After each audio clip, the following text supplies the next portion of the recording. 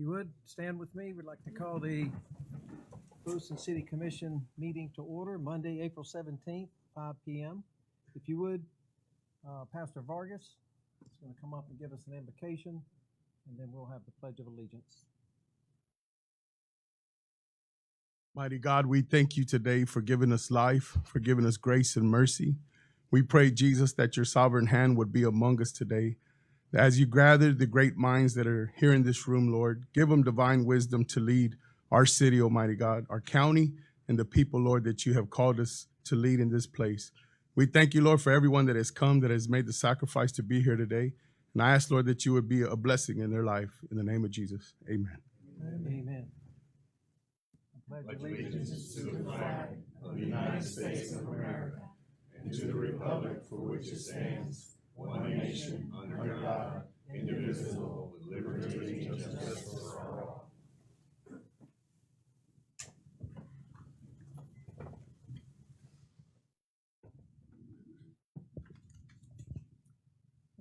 City Manager, any additions or deletions, changes to the agenda? No, sir. All right, we'll open the floor up for public comments at this time. If anyone would like to speak on a matter, if it's an agenda item, you'll have time to speak at the agenda item. But if there's any other public comments, now's the time. Anyone? Okay, we'll move on to the consent agenda. Oh, sorry. Yes, sir. Come on up, Joe. Please state your name. You do live in the city, right? Most of the time. Mary Lois has me living in there. Where's Natalie? She's here. Really? Okay. I attended a meeting in October where we discussed the flag, and flags come along. You know, it's happening. I don't know how many thousands of comments that people's made about the flag, and they're behind it. Everybody's behind it. I don't know where the wires got crossed, but somewhere down the line, we were supposed to work together. You know, everybody, the community was going to work together. That's going to be a community project. We were going to raise money. From what I understood, we were raising money, you know, throughout the community to help with the, you know, the cost of the flag and the flagpole and stuff. Anyway, somehow it got turned over to the fair board, okay? And I know they worked on it years ago, but they've had 12 years to get involved, and nothing's happened. You know, the only involvement there has been is me going to different city managers and trying to get this going. Well, we're concerned, or I'm concerned, there's a few veterans out here that probably feel the same way I do about the actual program of raising the first flag. Okay, I think any patriot or veteran or first responder, it's an honor for them to do it. However, it's come to my attention there may be somebody else that has been inserted into the honor of raising the flag. Okay? I just want to get clarification and your blessing or not. We would like to have a veteran, the oldest veteran in town, which is 96 years old. He's a decorated Korean War veteran. And a lot of y'all might know him. He don't even know we're going to ask him, but it'd be premature for us to ask him before we find out what's going on. His name is Mr. Hogue Cooper. Y'all might know him. And I spoke with his nephew, and which is just about the last surviving member of his family, and he would be honored and he would love to do it, according to Doug, his nephew. The time span of when we're going to do this, people said, well, from what I understand, she's made arrangements. This person's made arrangements with Christine Peterson's group to, help out with the honors and stuff like that, and that's great. We would have done that too. However, we're going to invite other veterans groups to participate with an honor guard or represent or whatever, But when we pitched this thing, and y'all remember, I said, it should be an effort dedicated more or less to the veterans, first responders, and the patriots of the Clewiston community. That encompasses a lot of people, and everybody's good with it. We had people. We started with getting donations and stuff. I had a man that don't even live here. He's a winter visitor. Wrote a check for $500. Because he wasn't even a veteran.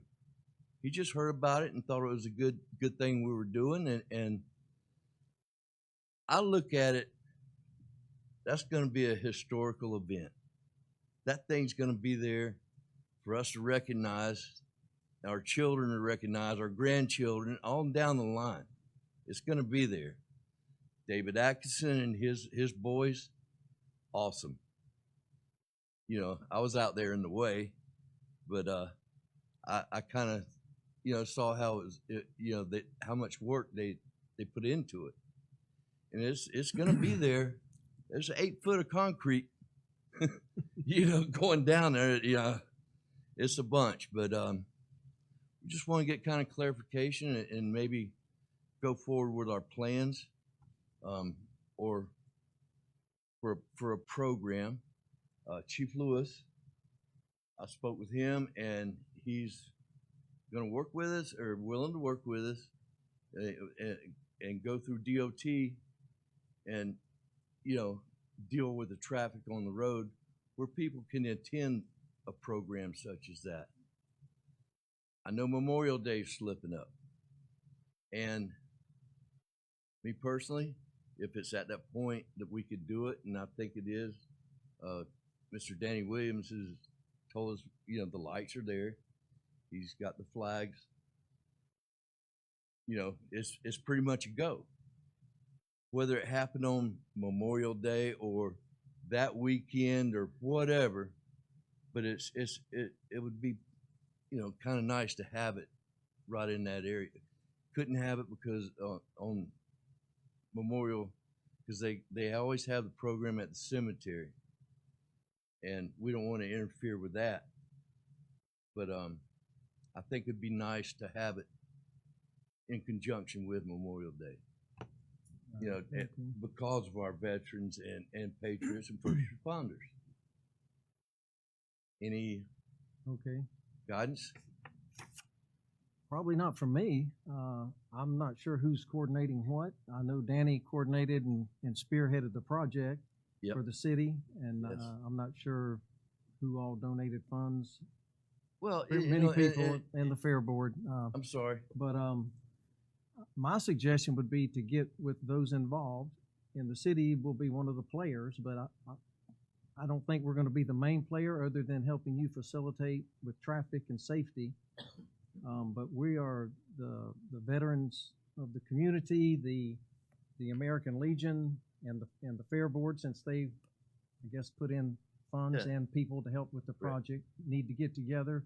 And I would advise getting together with Miss Peterson and her group and coming up with a relatively short program, being the area that it's in, and put it together. And you can bring it back to the commission for our rubber stamp at the next meeting.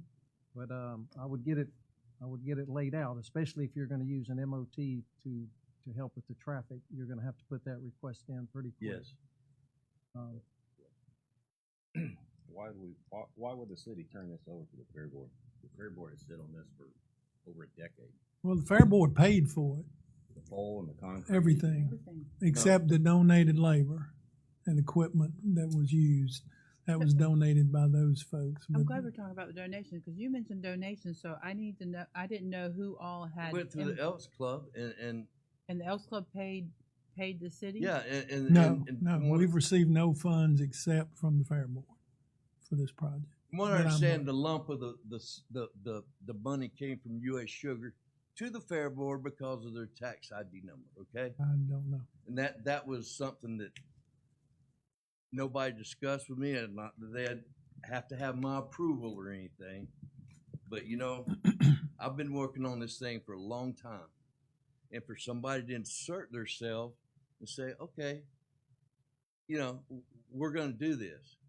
It's not about me. It's nothing about me. It's about you guys.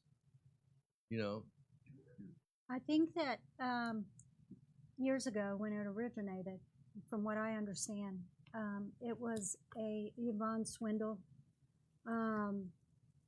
idea.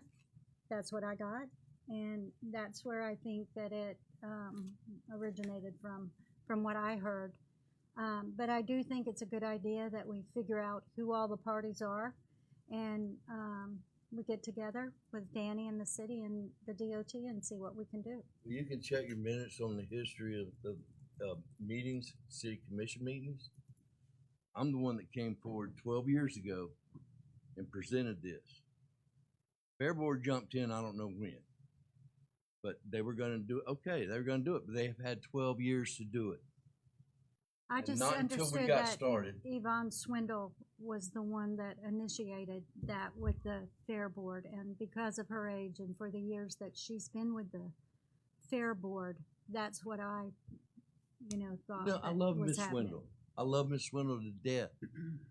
But this is not about Miss Swindle.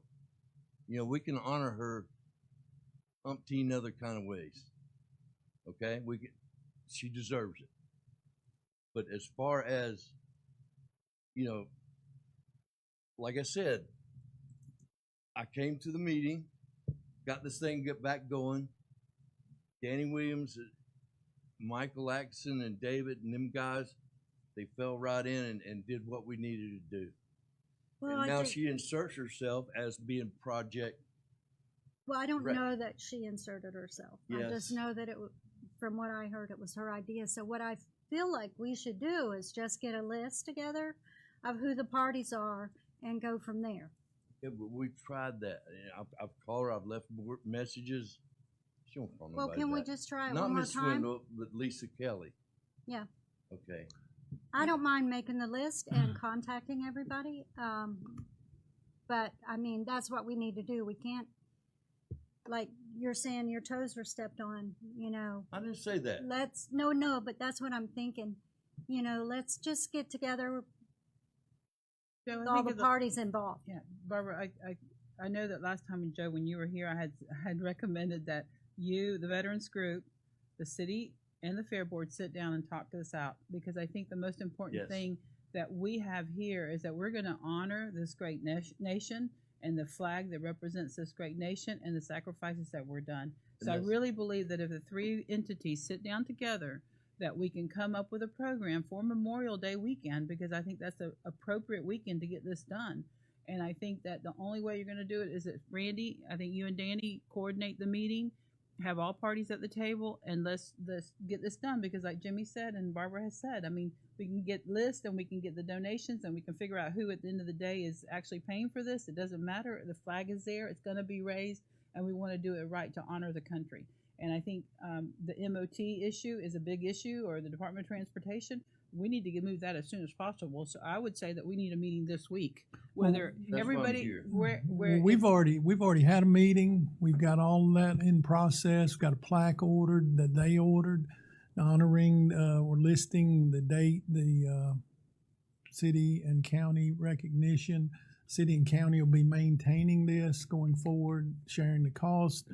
The Fair Board paid all the funds that we needed to purchase the materials, equipment at our request. They fronted some of it so we could order it. They paid it. We had a meeting with the Fair Board representative. They were working on an agenda. I haven't seen it. It would involve we discussed involving the Public Service Academy because of the size of the flag and their experience in working with a flag of this size for the event. We want to limit the event in terms of volume of people, as the mayor pointed out, because of its location and the traffic. We'll work with the sheriff and the PD to control traffic, to limit the length of time that we'll be diverting, we won't stop traffic. We'll try to just limit it to one lane in each direction if that works with the emergency services folks. But that's the plan that's underway. It's planned for the morning of Memorial Day, Monday. The Public Service Academy is going to shift their activity to merge their activities so that they don't have a conflict. They're engaged. I discussed it with Ms. Peterson Tuesday night and at the event we were at, and they're planning to participate and have adjusted their schedule accordingly. And the fair is, as I understand it, Fair Board is discussing hosting some type of activity or reception at the conclusion of the flag raising aspect, which would be very time sensitive and quick on site, and then have some activity at the fairgrounds where a larger group could gather. And that's the plan. I had not heard any mention of any issue until 30 minutes before the meeting tonight. It's the first comment that's come my way from someone that is here now to raise an issue about who would actually physically be involved. And I encouraged them at the time for them to get together. I'm sure they can accommodate a veteran element in it. I don't know of any reason we couldn't. And I'll certainly communicate that to them immediately. But I believe we've got it planned. It's just a matter of, and the money's not an issue. All the bills, as far as I know, have been paid. And the volunteers that donated their service just wanted a letter of donation. And that's what I know at this point. I had not heard from Joe or any other veteran about any issue with regard to the activity that day. But again, I haven't seen the program. I'll certainly insert myself to make sure they're aware that there's a strong desire from the veteran community to have involvement of a veteran. And the gentleman that was recommended, certainly pass on that. I would be hopeful we would have some say in it because I remember correctly, the only reason why this has happened, when I ran several years ago, Joe came to me and says, I've been trying to work on this flag for 10 years. I'm like, can't be that hard. We bring it up, talk. Joe comes to another meeting. Everybody just talks about it, don't get done. So the last time he came, Danny Williams took the bull by the horns, and the city, being Danny Williams, got the donors, got the people to volunteer the time, worked out the poll, all the logistics, and now it's turned over to the Fair Board for them to make all the decisions. So I would be hopeful that we can have enough influence, seeing that the city is the reason why that project took place, because it sit for over a decade. They raised money for a flag, that we would have enough influence where we could have our veterans out there and be represented. I think it'd be awful if didn't. Well, and again, I'll certainly meet with them and discuss that. We will own this structure and be responsible for it because we have the permit from DOT to build it, which we got a year or so ago. And I've only been engaged with this since I've been in town. I can't speak to the history of it, but our involvement has been with the fair group on the funding all along. I haven't received any funding from any other source. I've heard comments about raising money, but they had indicated that funds were raised, and so that's the impetus. And as you correctly pointed out, our director of operations took the initiative to work directly with and got a contractor to donate the time and the crane, because those were the things we were missing when we bid it. It was way off the mark, and we're very fortunate those people stepped up and put the equipment and the donated expertise in line so that we could get it built quicker. And that's what we've been focused on, the city, not so much. Our intent was to go ahead and raise the flag, but we were asked to hold off, wait until an event could be scheduled to properly recognize it. And that's the intent, is to do something really nice. To my knowledge, I don't know if they've said no to a request for a veteran, because I haven't been asked, and no mention of a veteran being involved in the activity. I feel certain that can be accommodated. I feel fairly certain. But Could I say something just for, and I'm done. Just like Mrs. Gardner said, that we were supposed to work together. Evidently, y'all have had meetings. No, Mr. Martin, well- y'all have had meetings and didn't include us. Well, Danny, correct me if I'm wrong, I'm not going to speak for him, but Danny invited you to some of the No. discussions of the. No, sir. No, sir. Well, I don't want to start an argument, Well, but the What we're gonna only, do, the this only, is over. Hang on. Let's Yes, move sir. on. You're going to get the schedule that you've talked about, and you're going to coordinate another meeting, and you're going to ask Mr. Lee to join it. Sure. And this, one way or another, by our March meeting, there will be an event, May, you mean. May the 15th. I'm sorry, I said March. May the 15th is our next meeting. That's right at Memorial Day. Yeah, 2 weeks later is Memorial Day. Yeah. Yes, So sir. at the May 15th, we will have a written schedule, who's folding the flag, who's raising the flag, who's singing a song, Yeah, no problem. right here in these chambers, or we'll make a decision that night ourselves. The city will, Thank you. okay? Thank you very much. Thank you for the work you've done, Joe, to make that happen.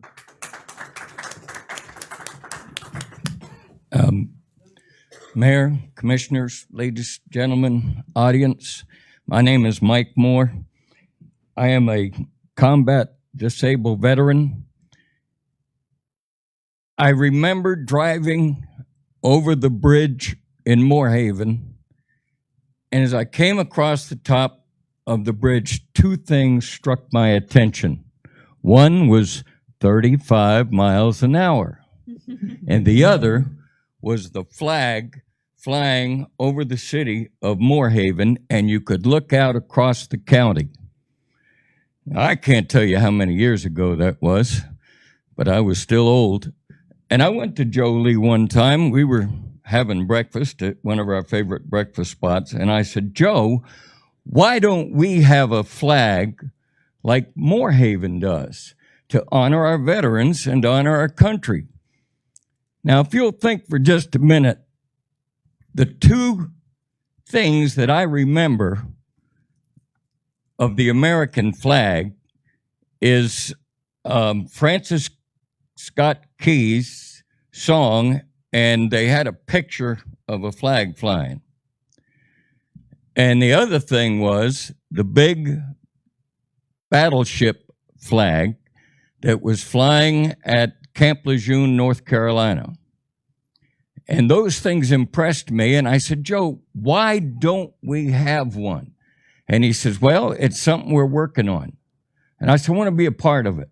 I want to be so that I can have something to show my grandkids, and I have a lot of them, and something to be proud of.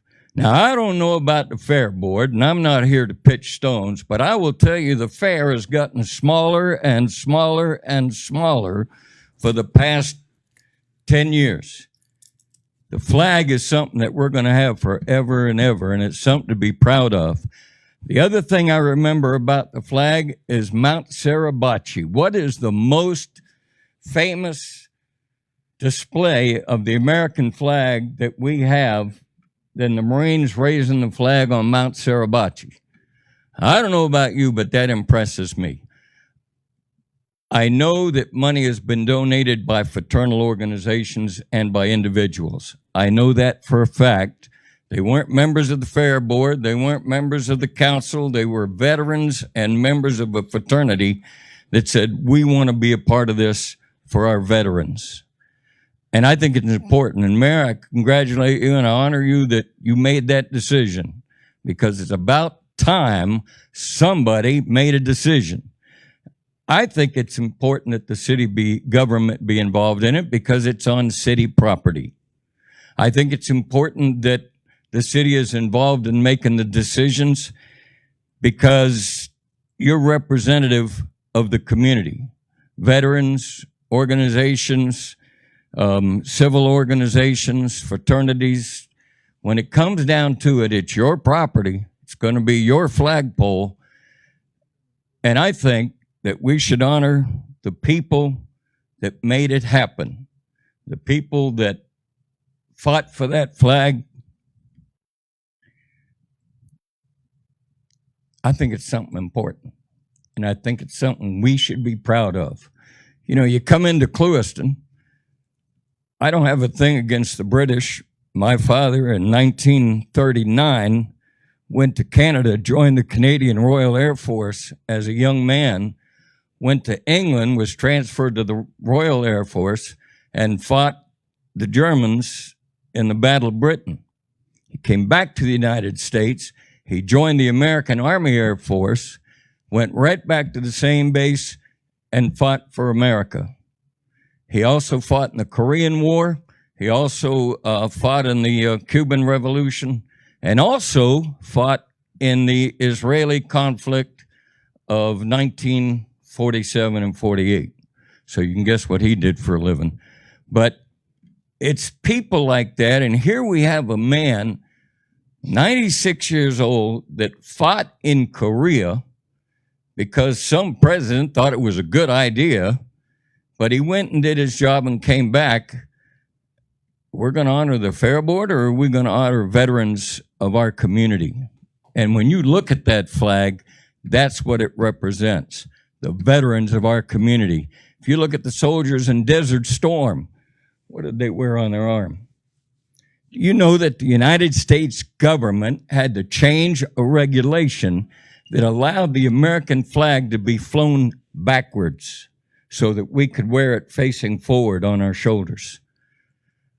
I would hope that you will take all this into consideration. I can't say where every dollar came from. I can't say who bought what or where. But I think it's something we need to look at, and it's going to come down to our commissioners making that decision. Thank you for your time. Thank you.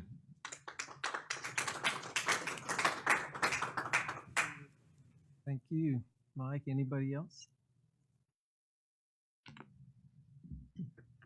Good evening, or Mayor and Honorable Commissioners. I'm not here to speak on the flag situation, but I want to introduce myself for those who don't know me. I'm Stephanie Busen, and I live at 429 Royal Palm Avenue on the prettiest street in Clewiston. And most of you guys have known me since I was a kid, and y'all know, I was born and raised here and in a neighborhood that makes me very proud and happy and grateful to live on Royal Palm Avenue. It's a real dream. And as such, so in the neighborhood I live in, I'm the self-appointed team captain, and not because I'm necessarily brilliant or charming or funny, but mostly because we have a very mature groups who live there, single moms with small children, retirees, widows, widowers, and single women. And what has come to my attention over the past couple of months is that we have a problem with homeless squatters staying in dilapidated vacant properties in this neighborhood. And the properties are located at 708 Royal Palm Avenue. You're not there? That's yours? Okay, what's the next door? That's 711? Oh. 7. Okay, I'm sorry. Okay. But so, and I know, so it's next door to Miss Walker's house at 119 Balboa Place and 130 West Crescent. And so I'm aware of this because in 2 of those properties, I would make my son go over there and mow them so the grass wasn't too high. I mean, because it was attracting raccoons, and you just didn't want it to be something that would be attractive to squatters. And like we have found lots of evidence in all of these places that there are people staying there overnight. And, and these have been long-standing issues. This isn't something that's just popped up recently. I'm concerned about the public health nuisance with the rodent-infested properties. When you can get up close to these doors, and you can smell an overwhelming odor of urine, and you just know there's not good things going on there. And that spills over into neighboring properties. If you have a rodent infestation in a house, that affects the neighboring properties, as well as it devalues the neighborhood properties. And we pay some of the highest millage rates in the state of Florida to be Clewiston residents. And also, where these places or these properties are located, one of them is in the physical footprint of Sugar Festival. And another one's along the route that Sugarland Tours takes while we're promoting our community.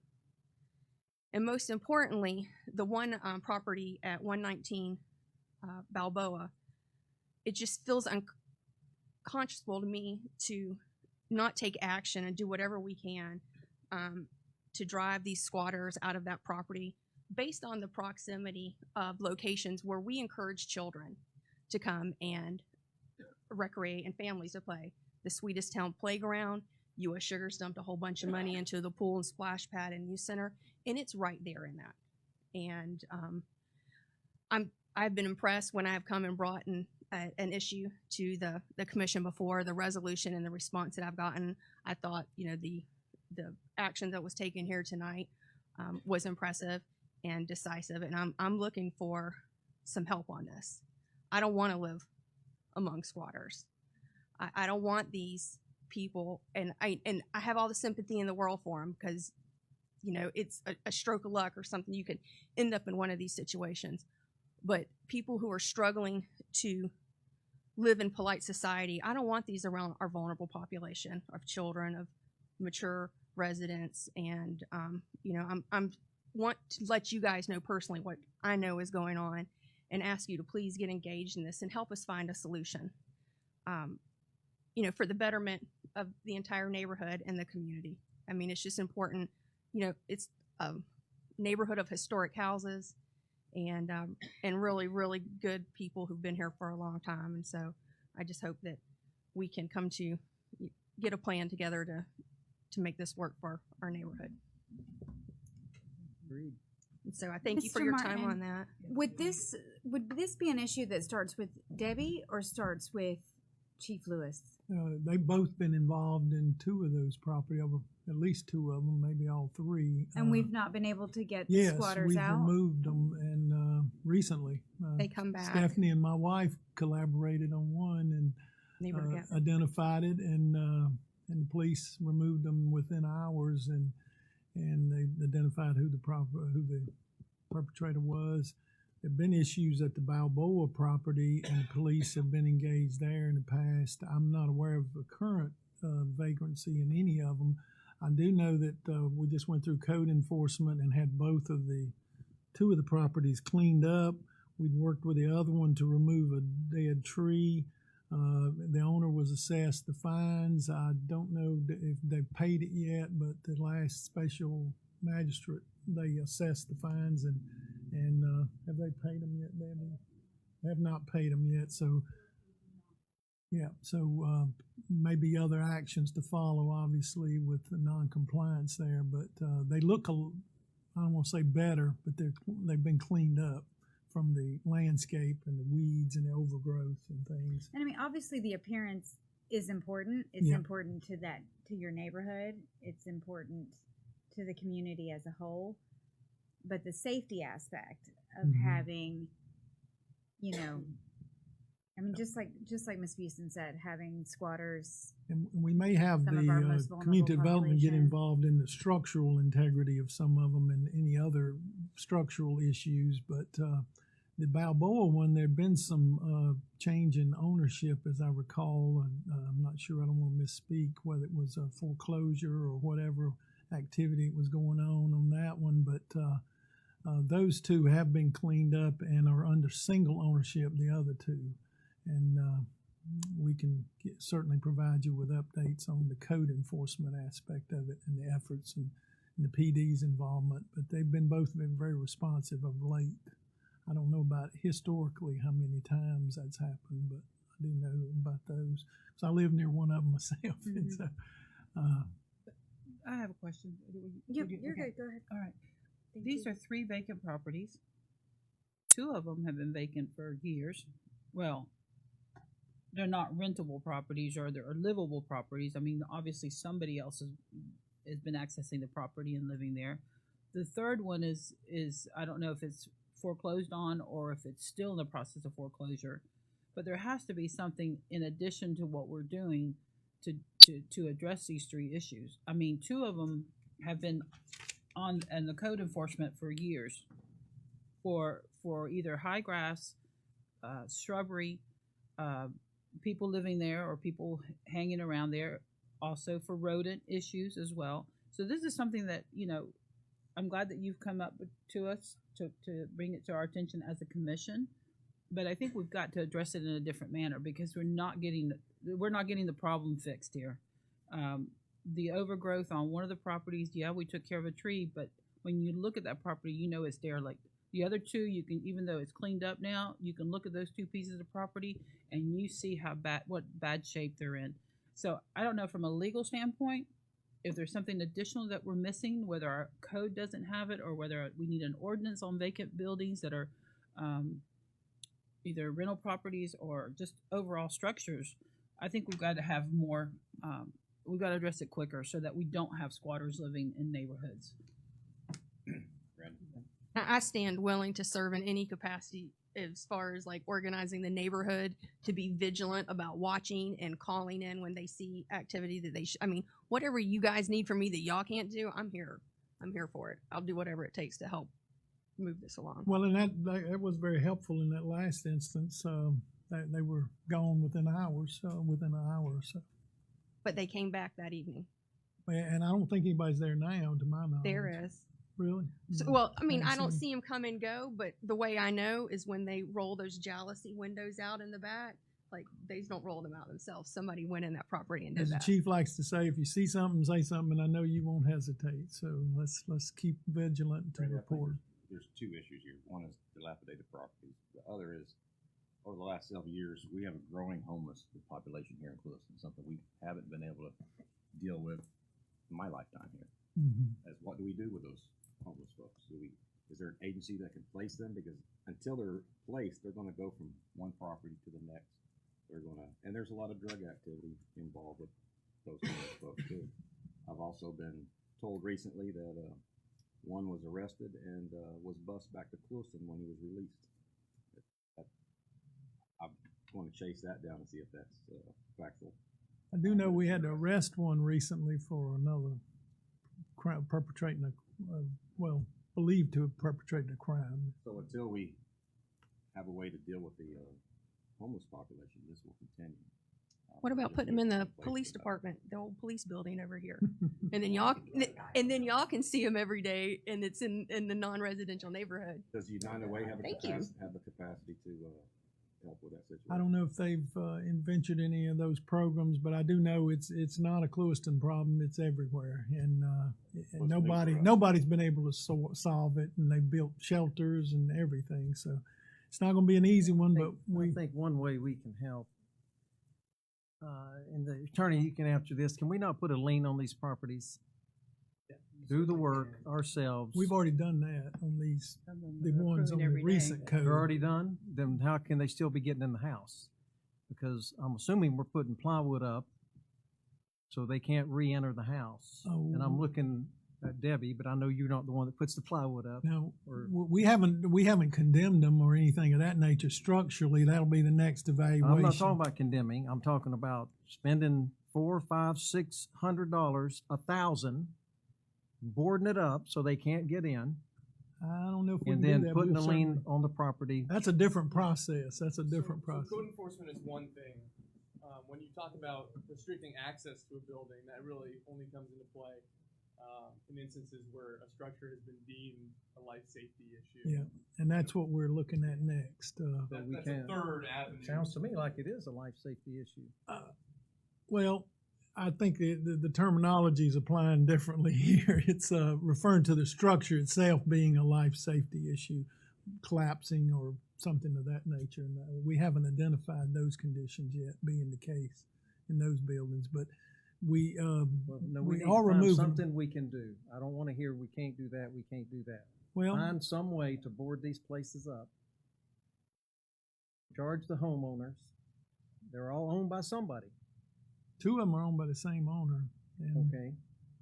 And And I let's think- move on and then Yeah. foreclose. If they don't make a move in the proper amount of time, and I don't know that time, it used to be 90 days, foreclose on the property, and the city will take it and we'll tear it down if it's an old structure, or we'll sell it to someone that will fix it up. But we gotta keep these vagrants out of the houses. And not only that, but it's just overall for the community well-being. I mean, Stephanie, you brought up a good point. It will devalue the property, you know. And you also brought up another good point. I mean, we have a vacant building here. Is it better not to have a place for somebody here in the commercial area, in the business area, versus in our community? If there's some place that needs, if they need to find resources. I know United Way is opening up a house on W.C. Owen, but I'm concerned with that because it's Across the street from schools. system. But we've got to come up with a solution. But we've got to definitely safeguard the community, the neighborhoods. Well, we'll keep you apprised of the current status. We'll give you an update on the current status and what has been done and what outstanding liens there are and the ownership related information. And I'd like to hear from Dylan and for him to Sure. give us, He can give us how do some- we fix this? And how do we safeguard it that we don't have this issue again in Chief, other we want your neighborhoods? 2 cents also. but Actually, 10 cents. But I feel compelled to say that we have been acting, and the police responded, removed the vagrants as soon as they're identified, and we encourage citizens if they see something, say something, and they will respond. I know personally about the one near me. I honestly haven't heard about vagrants being in the one next to Ms. Walker. If that's the case, then we need to address that. But the one on Balboa, I know the police have removed people from that one more than one occasion. It's a different process. What's being suggested we consider in terms of demolition, going through foreclosure and demolition. We have to accumulate fines and whatever, and they refuse to pay them, and we're in that status with at least 2 of them. If they refuse to do it, you can certainly do that, but there will be a cost involved in that, and that's a different process to go through condemnation and demolition. The structural integrity is not something that's been evaluated yet. We need to do that, and I'm not trying to make excuses, but the city has been responding quickly and efficiently during the recent times on these specific units, but it's broader than just those 3 houses if you look citywide. And I know the city had gotten into a situation years ago where they were putting fines in condemning property and spending money to clean them up and do whatever, and then not getting back the value. So that's a consideration from a policy perspective. The board will have to give us more guidance on whether you're prepared to go back into that mode. And if you are, we certainly can do that. We have the tools. We may need some additional guidance from the city attorney to create more tools and more options, but it is a process. It doesn't happen quickly in a lot of cases, having been down that path. Mayor, honorable commissioners, thank you for your time and for your engagement on this. Thank you. Yeah, Chief, go ahead. All right, well, Tom Lewis, Police Chief. First, I'd like to reiterate what Randy said. This is definitely not a Clewiston problem. This is definitely a problem everywhere. Nobody has figured out a solution. As far as squatters, if you have a squatter in your neighborhood or a homeless person that you believe is taking up residency in a vacant home, pick up the phone, call the police. Please do not come to the commission meeting weeks later and tell me that there's an issue. If you pick up the phone, call the police department right away, an officer will respond within minutes. Make contact with this person. If they're illegally trespassing, we will take them to jail. That's just straight up. Not much we can do at a commission meeting. Now, as far as the 119 Balboa, we have been intimately involved in that for quite some time. Our officers check it every single night. Sergeant Salgado personally boarded it up, took his drill, plywood, and did it himself after making contact with the homeowner and getting permission. It's not something that we can do, just go on somebody else's private property and start boarding it up because we don't like it. But we did work with that homeowner because it was a problem. Officer Estevern checks that every single night to make sure that there's not anybody trespassing on that. We have a trespass affidavit, from the homeowner so that we can act on their behalf and we can actually make an arrest if we find somebody on the property. You just have to pick up the phone and call the police department. We'll respond out there and take care of the problem. What about the other 2 properties? The other 2 properties, I was talking to Commander Nieves when those came out. I'm just not aware of those personally. If a single phone call came in about an issue, I might not know, but it certainly has not been a chronic problem that I've been made aware of. So those are things that I'll check out. I'll certainly make patrol aware of those, and we'll start to check those properties. But again, if you see something in the moment, don't hesitate. Pick up the phone, call the police department. We'll respond out there and we'll take care of your problem. I have a question about trespassing though. Yes, ma'am. I mean, how does that work? I mean, if you see somebody on somebody's property Correct. and they're not the owner, how do you get rid of them? Well, if you're not the owner of the property, but you know they don't belong there, right? I mean, this is a small community. We all know who belongs where. If you see somebody that you know doesn't belong, you call us. We will make contact with that person. We will make contact with the homeowner. The homeowner will tell us, yes, they can be there. No, they can't be there. If the homeowner determines that they're not permitted to be there, or they never gave them permission to enter into the home or be on the property, then the homeowner has the ability to either press charges for trespassing or not.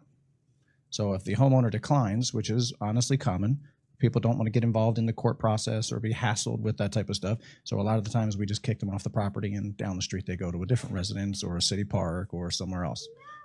To be honest with you, I mean, it's not illegal to be homeless, which is the issue. It's not like we can just round everybody up and lock them up in the Hendry County Jail, so that they get, 3 meals and a bed. That's just not the reality. The reality is every single night we chase these people from park to park, from building to building. We find them sleeping in this corner or in this alley. We offer them resources. I know you had mentioned about building resources. I can tell you that if you offer resources, it has been my experience, build it, they will come. When the homeless folks in LaBelle and South Bay and everywhere else figure out that you're offering resources, they will move here. Not that I'm trying to discourage any decisions or opinions on behalf of the board, but that has been my experience. We offer resources that are out there. We offer them rides to Sarasota, Fort Myers, anywhere. We have a list of resources where they can actually go and get housing, food, medical assistance, you name it, mental health assistance. They don't want it. The reality is, like Commissioner Thompson said, most of the time they either have a substance abuse problem or an alcohol dependency, and they're not permitted in those places while they're doing that, and they choose to be homeless and suffer with those dependencies. So again, we chase them from park to building to park to building. Again, we don't get me wrong, we haven't given up on any of them. Our officers actually have a pretty good relationship with each one of the folks that are homeless in our community, and we are trying to constantly convince them to take advantage of these resources. Unfortunately, we have made an arrest at the 119 Balboa property, maybe two. And I know that we've recently made an arrest for a shoplifting case on one of our chronic homeless persons. But the reality is you just have to call the police department. We will come take care of your problem. I just have one more question. No We problem. talked about trespassing, but what about breaking and entering if they're found inside the property? So if they're found inside the property, the same exact thing is going to happen. We're going to respond out there, make contact with them, but it's really the homeowner or the property owner that has to press charges. And that was the circumstance with the one on Crescent I was aware of. Is the police came and took the person away. I don't know if they got arrested or charged or the owner. And most of the time, or I should say at least a good percentage of the time, even if we show up and the homeowner doesn't want to press charges, a lot of times they're in possession of narcotics or some other type of illegal substance, or they have a warrant for their arrest, so they end up getting arrested anyway. So we like to find alternative solutions. Well, after tonight's conversation, there's two other properties that probably should be checked out. Yes, ma'am. Okay, thank you. For sure. Thank you, Chief. Yes, sir. I need to say one more thing. So in regards to that Crescent Avenue property, I did call the police, and they did come out there, and the guy was in the house, and they know he's not supposed to be in the house because we know who the person is. And they gave him time to pack his stuff and leave and move along. Now, that's between them. But the issue with me is this person also has a sign in their yard that they haven't paid their taxes on both properties, and I'm paying my taxes in full. And the people around us are paying their taxes. And they're in this, whatever mechanism is allowing up till now this to continue to the detriment of the people who are actually paying the bills, and the person who's not paying the bills is being protected.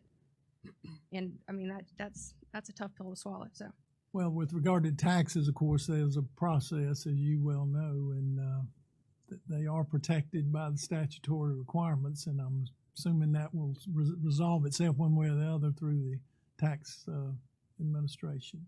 but in the meantime, the people who are paying the taxes and are keeping their property and doing the right thing and being responsible citizens are being injured by the person who isn't. No, and just- it's in an extreme case in no, this no situation. debate, no argument. That's Hey, exactly keep right. calling. Just keep calling and Exactly. I'm going to rally up the neighborhood. I'm going to team Yes, captain it, please. and I'm going to tell them like every single time, don't hesitate. Just Yeah. stay on that, and let's make that paper trail of calls. Yeah. All right. Thank you again. Thank you for your Thank time. you. Thank you, Steph. Okay, we're gonna move on to the consent agenda. Did we You approve have it before you there? any of the public comments? Oh, no, I'm not calling, no more public comments right now. We'll do some more at the end. We got some ceremonies to go through. Right. Move that we approve the consent agenda. Second. Okay, a motion and a second for the consent agenda. Any discussion? All in favor? Aye. Motion carries. And now, the thing we really want to get to is the recognition of the 2022 Employees of the Year. So we have flag, I think I'll call one up at a time, and then the director can come up, and maybe the commission can come to the front, and we'll get pictures. In the general services category, the Employee of the Year is Mercedes Chavera.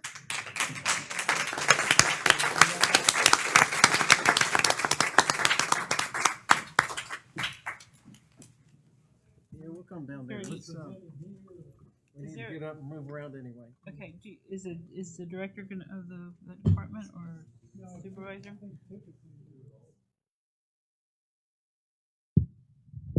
Are we all coming down there? Yeah, you gotta exercise your foot.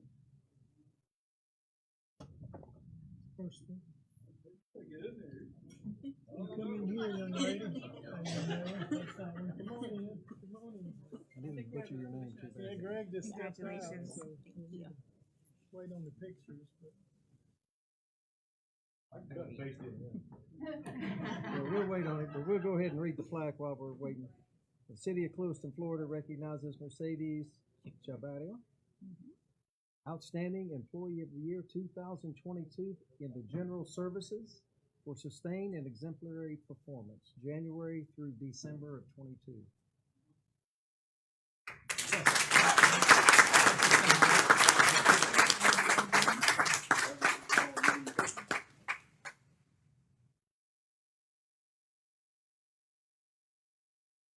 Wow, congratulations. Thank you for your work. Thank you.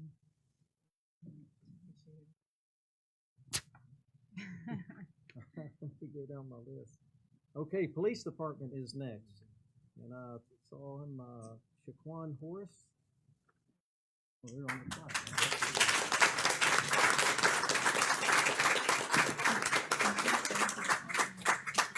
Come on down. Mercedes. What do you do at the police department? all of you stay, we want to take a group Congratulations. after these individuals. Says the same thing, but I'm gonna read it anyway.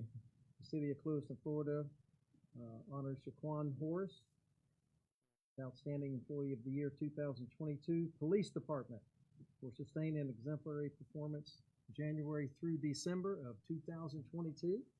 Congratulations.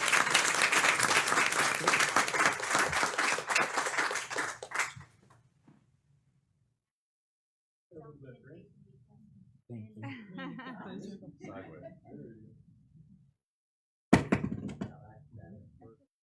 Thank you. Thanks, man.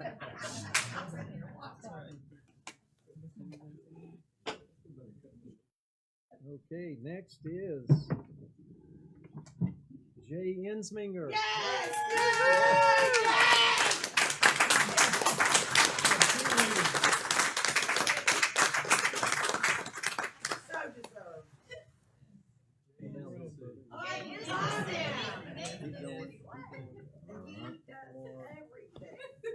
Oh, Jay, come on. One more step. To your and left then there. turn Around, this yeah, way. turn the face, yeah. There There you you Okay. go. Alright, Let's take a step back. There you You're go. good right There you there. go. Perfect. oh, okay. Alright, face There we forward. go. How many years you been here, Jay? About 30 and a half now. Jay has a slight handicap, as you have probably noticed, but I'll tell you what, he does not miss a beat. That's right. Every time I call, I need a dumpster, I need this. He is on spot. And he's also on pothole patrol all the time. Making sure he knows where everything's at. And every time Molly finds a shoe in the road. I am one of the ones that if I see something, I do call it. Shaquan, thank you so much because you've been fantastic every time I've called, especially in the middle of the night. Thank you so much. For lecture mode, press 3. For conference lock and unlock, press 4. For clock. Kathy, help us.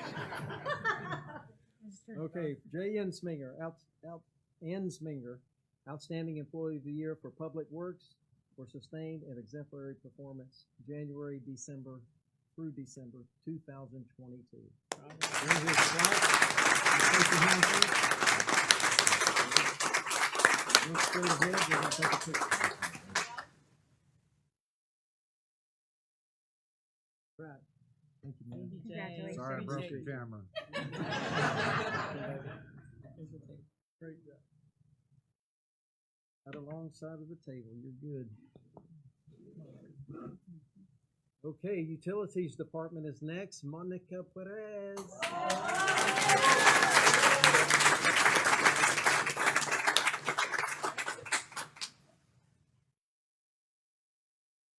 Congratulations. You have to tell us how many years. 23. 23. Can you believe it? Okay, Monica Perez, Outstanding Employee of the Year 2022, Utilities Department for sustained and exemplary service performance, January through December 2022. Danny, come on up. We want you in this picture. Thought you were gonna get out of it. Congratulations. And Monica's gonna be the new person that presses the smart meter button. this may be the last chance. Just leave it down for now. Might be the last year you get this because of it. I gotta get a little bit. That is. All right. Thank All you. right, thank you, Monica. Thank you.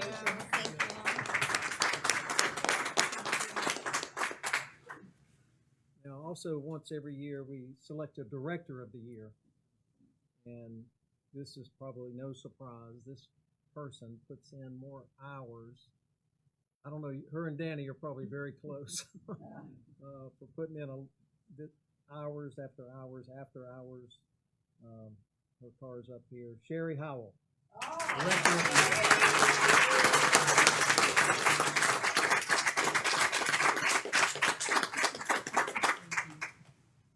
Tell us how many years. Oh, gosh. 35. 35. Sherry Howe, Director of the Year, 2022, for sustained and exemplary performance, January through December 2022. Congratulations. Yes, congratulations.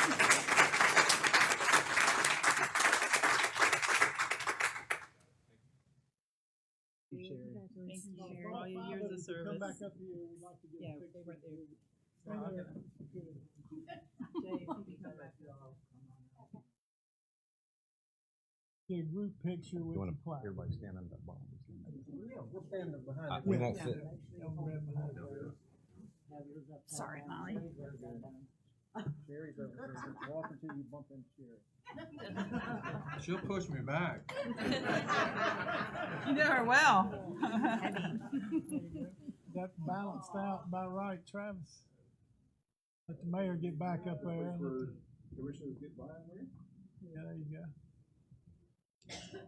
Perfect. All right, everybody with this way? 1, 2, 3. There you go.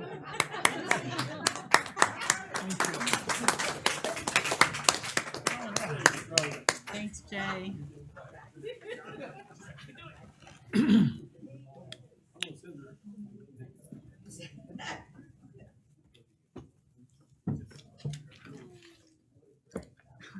This whole time I've been like, why is Dylan sitting in the like, why is Dylan not at the table? Now it makes sense. Yeah. And while all the other people are here.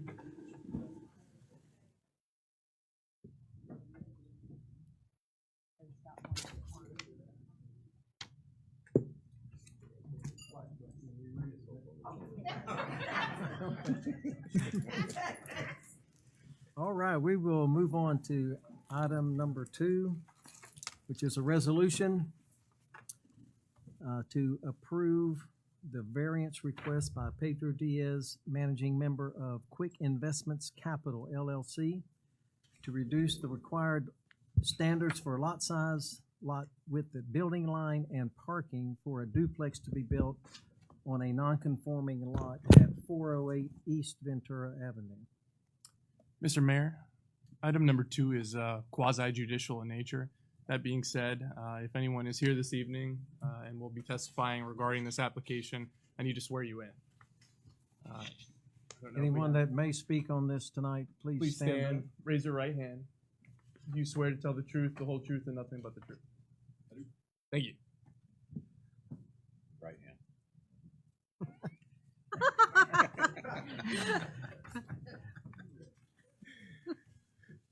Okay, now, because this is a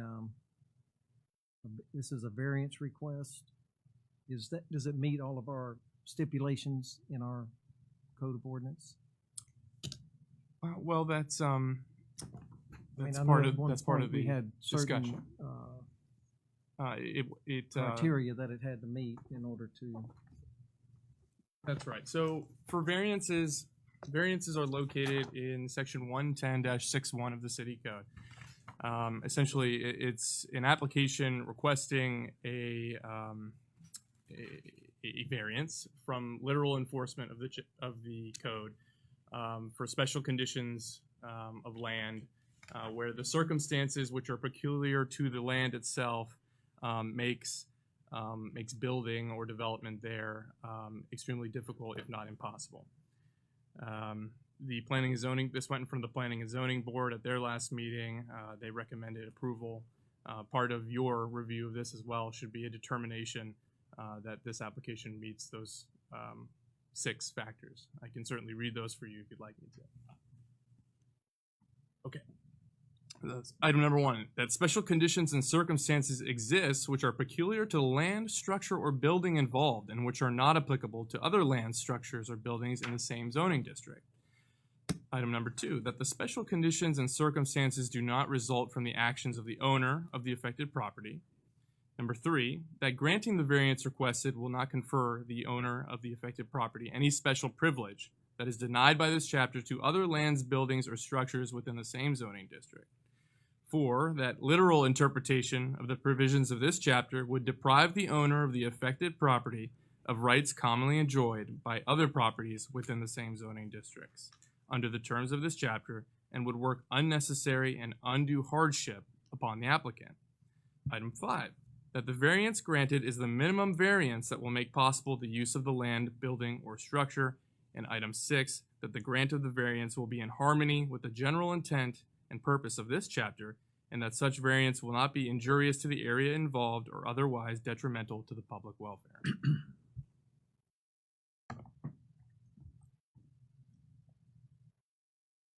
Hey, is there any, did anyone from the public that got a notice or not have anything to say about for or against this request? Okay. Travis, go ahead. Travis Reese, Community Development Director. Those items enumerated there by the attorney, if you look at the application packet, those are spelled out, those 6 conditions, and the applicant is required to fill those out for the variance request.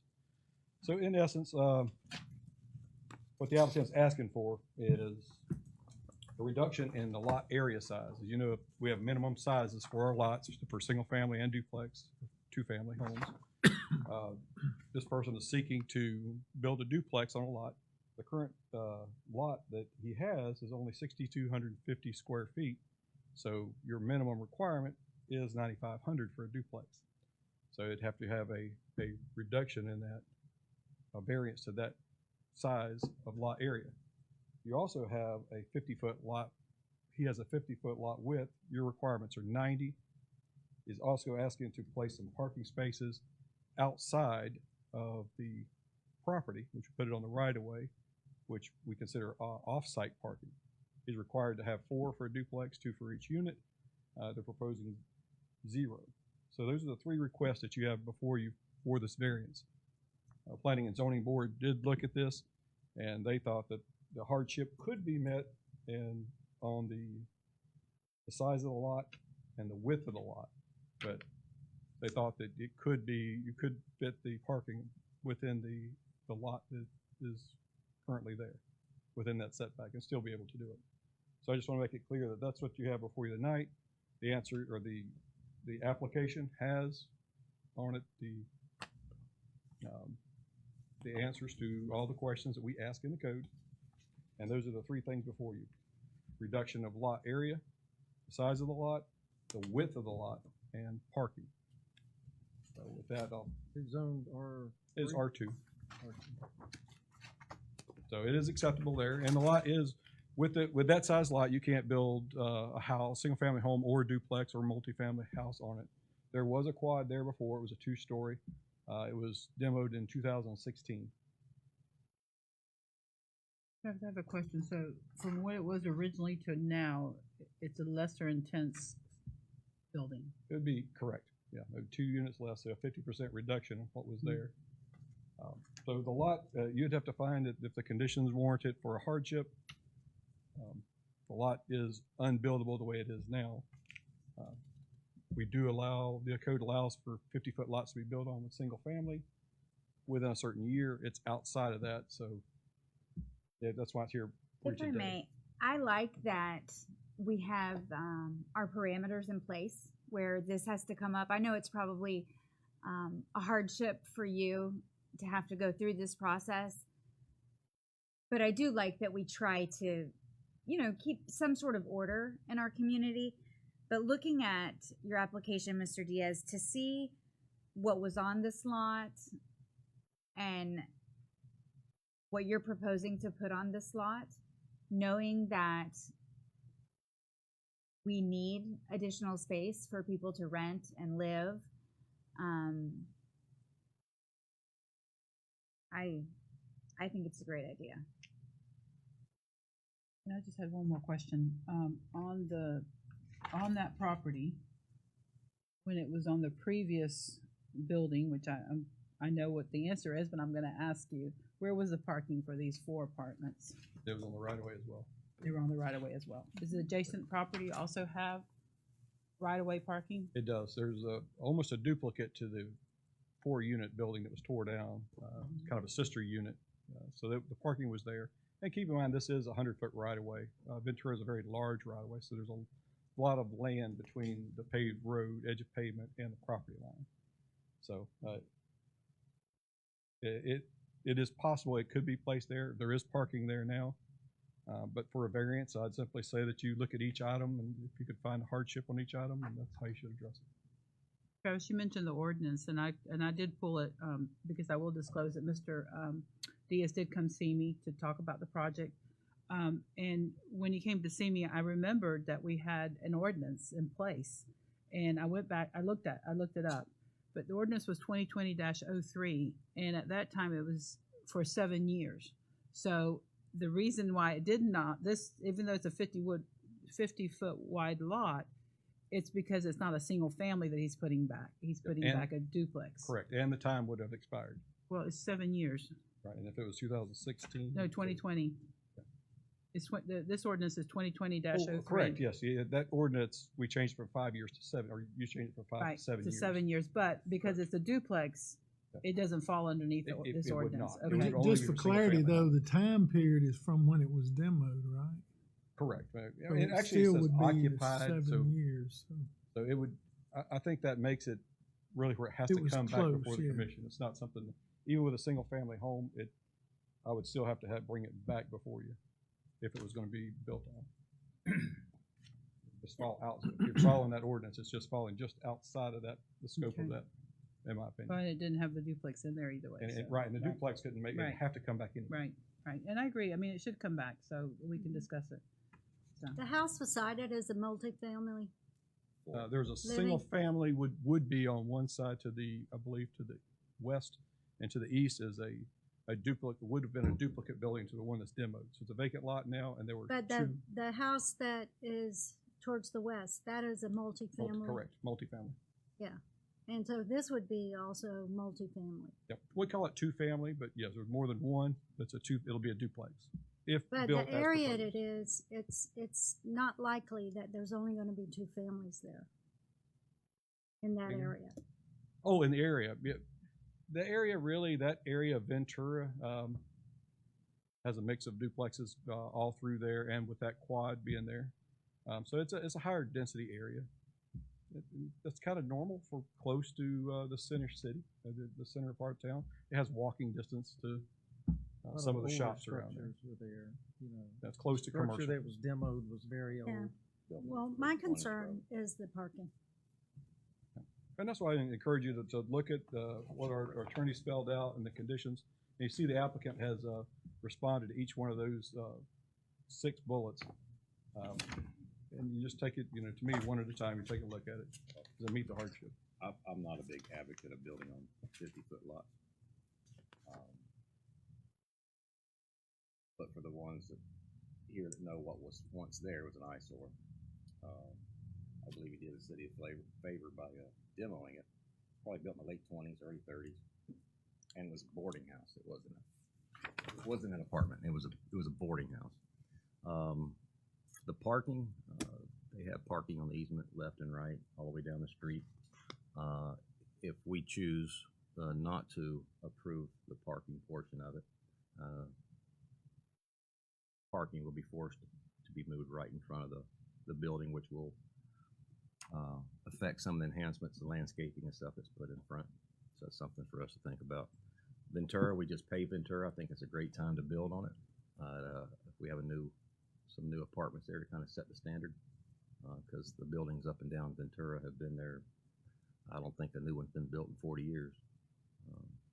So to take an empty lot and fill it right now, I think would be a good decision for us to make. I have a quick question, just for clarification. Barbara, you asked about the house, the home west of this lot, right? West of it on the Yes. corner? That's a single family home, if I remember. Yeah. And they came before the commission and we granted them a variance to be able to build that because they did not meet the setback requirements.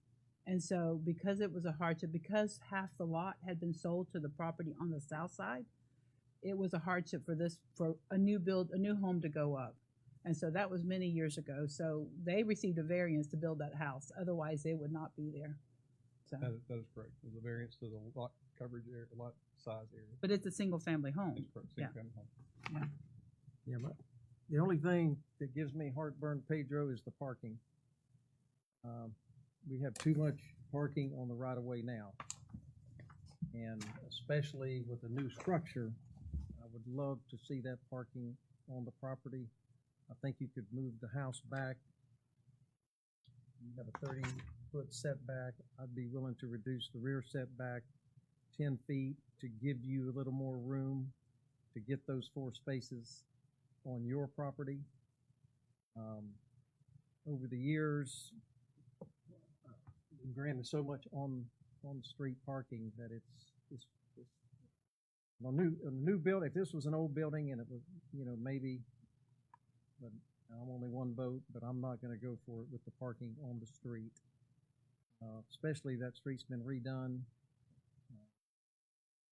They're gonna end up parking on the sidewalk, which, take your pick, you could write probably 500 tickets tonight on people parking on sidewalks, but, I would just like to see the parking on the property. That's my only hang-up. I think it's a great project. I think filling in, the variance for the 50-foot lot. Some cases I think we have to do it, just because of the way our sound was set up from the beginning. And I know it'll look nice. You always do good work, but if you can get those parking spaces, and I would be willing to give him a more rear setback, decrease the rear setback a little bit. As long as utilities says they can get behind there. Will that still allow you to do the landscaping you have planned up front, Pedro? I'll be kind of short. Good state I'm your name sorry. for the record. My name is Pedro Diaz. I live in 740 East Avenida de Rios. It's gonna be. I think the code is 10. I think I reduced it down to 9 to 20. It's the minimum. Yeah, it's 10 by 20 in that area. 10 by 20. I can, like Mr. Pittman said, I can move the building back. And honestly, that right of way's got to be paved or concrete anyhow. I'll do whatever y'all want me to do. It don't mean anything to me, but you still got to pave it because it's going to be identical to the front. And you have renters too. I can always put signs, don't park in the right of way, put it on their lease, but they're gonna park You know anybody that can pave it? I think So, the key. I'm just being honest. But the Jason, but- I but went by there. The the- Jason yeah. property has parking on the right of way, and that was just recently done. Is Yeah. that, if I'm not, if I'm Yeah, correct, I paved it. yeah, that was just recently done, and we didn't have a, And they we didn't say permitted no, it. you can't repave there. I'd put a permit. Just for clarity, you can have the required parking on his property overflow on the right of way. They're gonna park on the right of way. Yeah, they're Is not an issue if he has the the required parking landscaping on his property, is a lot as you better, but- suggested.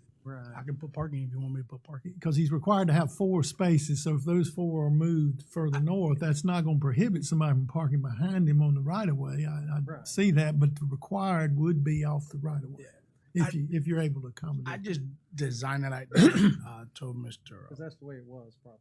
Well, that's the way it was, and I was just trying to match the neighboring. You got that quadplex in the corner, Across the street but from across- you, yeah. they recently demoed that property. Yeah. I think. Yeah, they're across gonna the start street. building across the street too. Right, so When I think this is the time as some new buildings start going up. I mean, the goal, in my opinion, should be to get all the parking off the right of way. Yep. But all the required parking. Just a thought. If, I know that'll never happen realistically. Yeah. But at least with new structures, we could start. I just figured y'all would like the landscaping more than parking, but I can put the parking up there. Just a thought, if we have parking up here and they're still gonna park on the easement, that may entice to park commercial vehicles, trailers, in the front. There's more space. Those are code violations. Yeah. Not if they're Well, a it depends, trailer you're with a right. tag is not, You're right, yeah. If But it's just a the regular thing trailer. is that even the house on the corner, regardless. of even though 40 he foot didn't or have 10 foot. parking, we didn't, he has a paved driveway, and they park in the right of way all the time. And All of so, them do through there. irregardless, and so, if I'm correct, the PNC approved it at 4-0, the plan. Yeah. That is correct. With the- Okay. But they did note But that they did note the parking. they They were they were What is, concerned about. do you know the distance? What would it be from the sidewalk to the road edge? It's actually that right away is bigger. I think That's it's it. close to 24. It's a 100-foot right of way, so I don't know exactly Yeah, how it's- wide. We have it's- 3 it's- lanes there, so. Yeah, it's wider right away. It's like actually that Ventura's it's like 24. Yeah, From the it's supposed edge to of be a 3-lane yeah. road there, but anyway. we won't And that's talk something we've about made. that. And that's something as Then a there wouldn't be commission- any discussion. You would be putting them on your property. That's right. But I mean, But anyway, I, yeah, no, I I don't know have a you don't problem care with- either route. You just want it to look nice. yeah, I wanted it to look nice. I usually go deck out on the landscape. I'm a real big fan and we about it. appreciate that. The just thing I'll point out to you is when you're dealing with variances, you're dealing with hardships. So it must be the minimum amount they're asking for. So if the parking can fit, it can fit.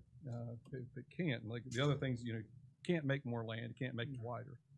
But so I just want to point those out as we stay within the 6 bullets of the ordinance.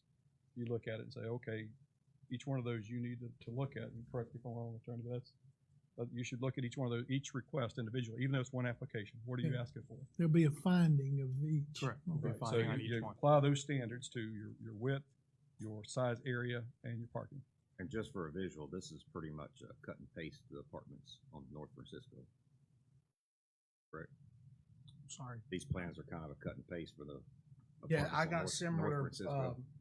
But it's a triplex. I got similar in El Paso. Yeah, it is. These are going to be a little different. Just so we can visualize. These are going to have like 10-foot walls and sitting. stuff. Yeah. and I'm gonna. I did the design facing horizontal, but that first unit I'm gonna flip it, and it's gonna face the Ventura, so I can be more nicer, because I'm not gonna look at the side of the building. You know, and as I look at this, Pedro, and I look what you've done, I mean, you've tried to blend into the other two buildings on either side. You're reducing the intensity of the property from what it was. It's still a duplex, which is similar to what was multifamily there. And I think it's different if it was a house and we were going to grant right-of-way parking. I think that we're going to open up a precedent there if we do that. But I think with the duplex, the multifamily, and the size of the 50-foot lot, I'm okay with the parking on the front. And I told you that when we talked about it, that I see it as a you know, it's putting the property back, you know, to the use that it already had before with less intensity.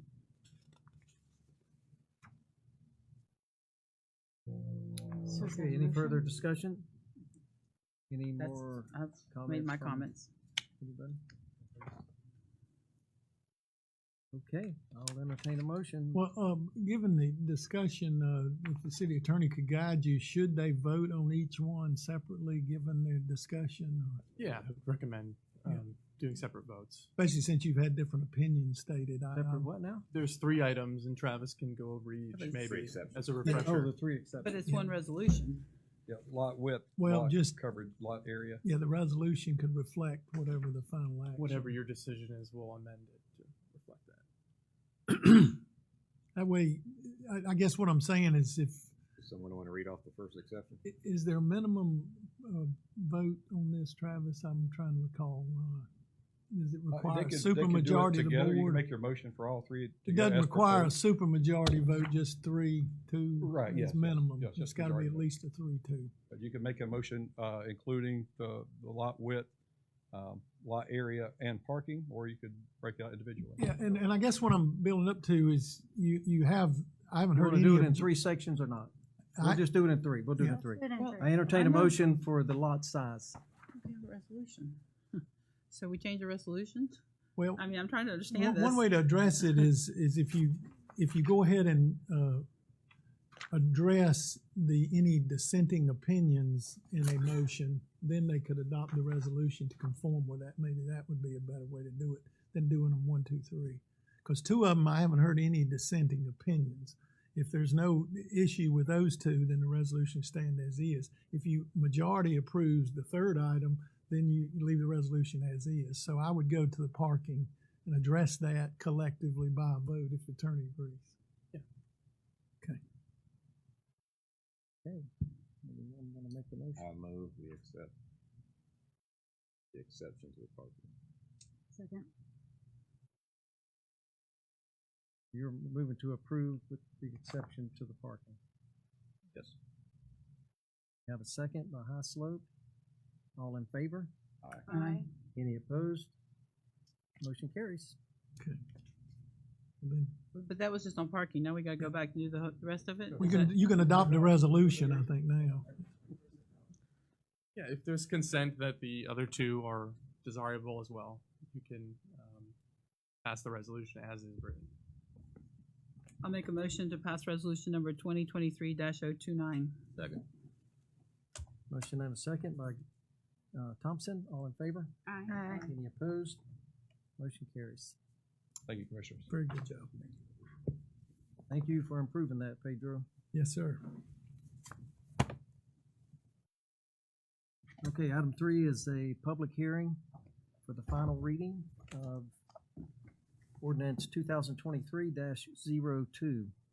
It's an ordinance that amends the city of Clewiston zoning map for certain lands with a total approximate size of 405.8 acres owned by United States Sugar Corporation from various zoning designations, including commercial, R1A, R1B, R3, multifamily, and 2A planned unit development, PUD. Mayor, item number 3 this evening is also quasi-judicial in nature, an application for a PUD That being said, if the applicant is present this evening and is going to give testimony regarding this, I'll need to swear you in. If you could please stand at this time, raise your right hand. Do you swear to tell the truth, the whole truth, and nothing but the truth? Thank you. Okay, I'll just read this paragraph. The reason for the request is U.S. Sugar would like a PUD to rezone and is requested to establish a long-range plan for a mixed residential, commercial, and open space use and corresponding parameters for development in alignment with the comprehensive plan. A maximum of 551 single-family, 349 multifamily, and 370,000 square feet of a non-residential for commercial, office, marina, and resort, and 170-room hotel are requested in accordance with the Gateway Mixed-Use Future Land Use District. Development will occur in phases and extend over a 20-year time frame to meet the needs for businesses and housing options in the city. So that's the reason for the request. We've had a workshop on this a couple months ago, so it's not new to us tonight. So go ahead, Mr. Reese, if you want to. Thank you, Mr. Mayor. Fill us in. Planning and Zoning Board did meet on February 27, 2023, and found that the master plan was consistent with your comprehensive plan. This will be known as the Clewiston North and Marina PUD. And at our last meeting, you asked for some language to be changed, particularly in item 1 or exhibit A, we had some schedule of uses. Item 6 was changed from 5 years for horizontal construction to 7. And we added item 8 for connectivity to Burner Road, a recommendation that be looked at. So with that, staff recommends approval of the master plan, and here for answer any comments. One thing I forgot to say, I declare the public hearing open, so anyone in the audience can also speak on this matter. So with that, if you have any questions for me, I'll turn it over to John from Johnson Engineering. Thanks. And commissioners, just to be clear, the applicant wanted to also make clear that the MCP should reflect the copy of the MCP which was submitted on November. Dated November 2022. Currently, in the backup, we have the original submitted plan. They're not very substantively different from one another. Just wanted to be clear that this evening you're considering the copy that was submitted in November. Great, thank you, and good evening. I'm Laura DeJohn. I'm a principal planner with Johnson Engineering here on behalf of U.S. Sugar, along with Mike Rosen, who's also here on behalf of U.S. Sugar. And we appreciate you considering this. We are here for the second time. We talked about this last month, and as you've been told, this is kind of an alignment of the current zoning stratifications that are already on the property being master planned into an overall planned unit development that helps align where the commercial property is going to be along the highway, and then the residential property leading up to a resort hotel opportunity along the canal. We did review all of the updates made as a result of last month's meeting to the draft ordinance and agree and appreciate those updates being made. And as Dylan mentioned, we'll just ensure that the master plan that does reflect those connection points along Burner and the potential multi-use pathways, those indications are on the latest, greatest master plan that will go into the ordinance. So do you all have any questions? I know we did talk about the project last month. We had public comment, and we've done our best to address most of the needs that we've heard the city is looking for with the property. So if you have any other comments or questions, we're here to answer. I just had a comment. You mentioned the traffic plan study. That will be conducted. I know this is way far off before we actually approve the final plan, but traffic study so we can see if we need to maybe add another road, or how that's going to flow onto our existing road. Mainly Burner Road is the main concern. We know we'll get some on Ponce de Leon also, We want to make sure that we don't overload those roads, and that will be addressed in that study. Is that correct? That's correct. A traffic study was done to support this rezone just by quantifying the full potential build out. So we take the largest, maximum potential that's being proposed and distribute it on the various road network connections that we have. So that analysis has been done, but you will be seeing, this land has to be platted. So you'll be seeing the application come back to you with more detail. And at that time, each increment or phase will have to pass the test of any road impacts and the capacity of the roadways being adequate.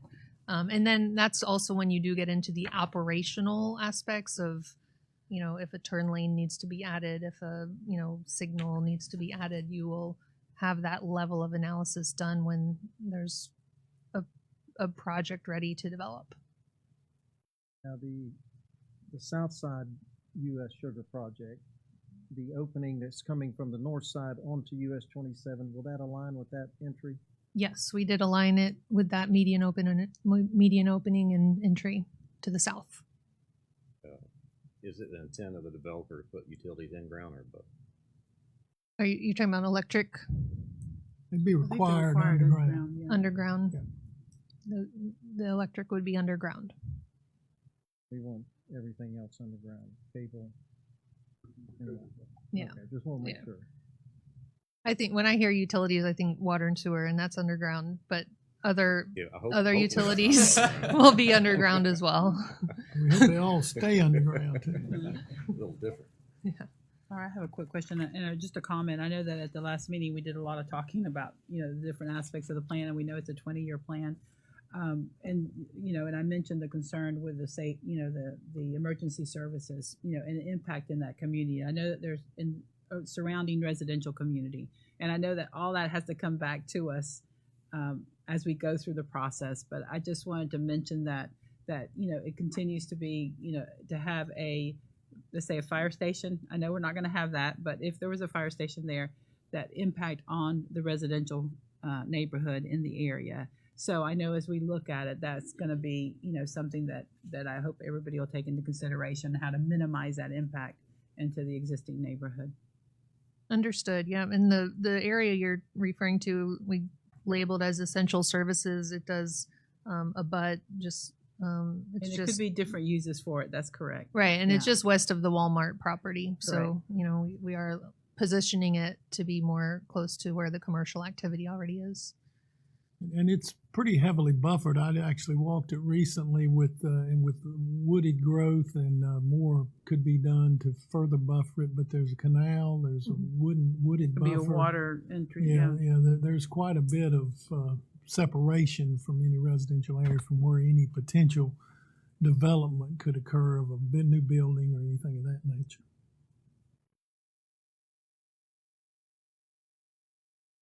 Any other questions by the public?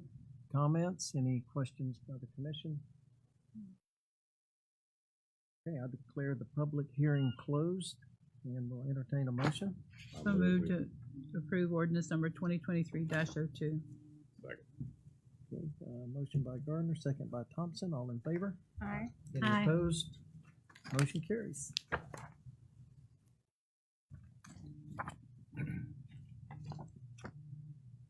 All right, next. Item number 4. This is the first reading of ordinance 2023-03, an ordinance that amends the official zoning map by changing the zoning designations of certain properties located along the US 27 corridor, approximately 86.05 acres, from various zoning categories to the US 27 corridor district zoning. This is just a follow-up of the work that we've already approved. You guys remember, I don't know how many months ago it was, we finally got the zoning nailed down for the US 27 corridor about what businesses would be allowed in that corridor and so forth, and the densities. And this is just an ordinance now to officially change the zoning. Travis, if you have any comments? Yes, Mr. Mayor. Correct. It's a good lead into that. It's our first reading. We do have 2 parcels right now that are needing rezoning. So the commission's wishes were to go ahead and rezone the district to match our comprehensive plan. So this has been an 8-year process. So it's been since 2015. So planning takes a little while, but when it takes a while, it's usually done right. So the ordinance you refer to is a 27 commercial corridor district. There were some conditional uses, which we didn't have in the current zoning we have there now. So there will be a list of conditional uses. There will be additional setback requirements, particularly on the front. We have a little bit of space now in the front that they'll be required to set back some landscaping, doors not swinging out over the sidewalk. It's really some common sense stuff. The height changes here. It allows for buildings to be built up to a 55-foot height. With a special exception clause, it allows it to come back to you for special exception to go to 65. It also has what most property owners are really looking for is an alternative parking plan. This allows folks in this area that are redeveloping to take credit for some shared parking, some off-site parking, and if they provide for pedestrian and bicycle travel, some reduction in the minimum allowed required parking spaces. So in this infill area, the strip we're talking about, it's a lot of your older areas, as buildings burn down, get dilapidated, or they want to redevelop, they really need this code to allow them in those smaller areas, that smaller footprint. Even though there's setbacks, it gives them a lot of leeway on parking from to use other means to get that parking and get people in and out of those businesses. We also are putting some stipulations on outside storage, what you can and can't have there, and also accessory structures where you can locate them, what size they can be compared to your principal structure. So those are all things that over the years we've heard from residents and property owners that they didn't like, that have been communicated to us. We've workshopped this. You have your ordinance in place. So we're not asking you to look at the ordinance. I just wanted to recap that. But what we're asking you now is to go ahead and rezone the property in this 27 corridor to match the comprehensive plan. And just for public knowledge, how will this affect existing properties already there? It won't affect them at all. Even if they're a conditional use in the future, if they're existing now, they will continue. If they close for more than 180 days, 6 months, then they would have to come back before the commission if their use happened to be listed in that conditional use for a permit from the city. So just to be clear, that does change certain things there. But as far as setbacks, landscaping, those requirements, if it's existing now, it will continue until it's no longer existing. Now, no longer existing could mean it became so dilapidated, you didn't repair it.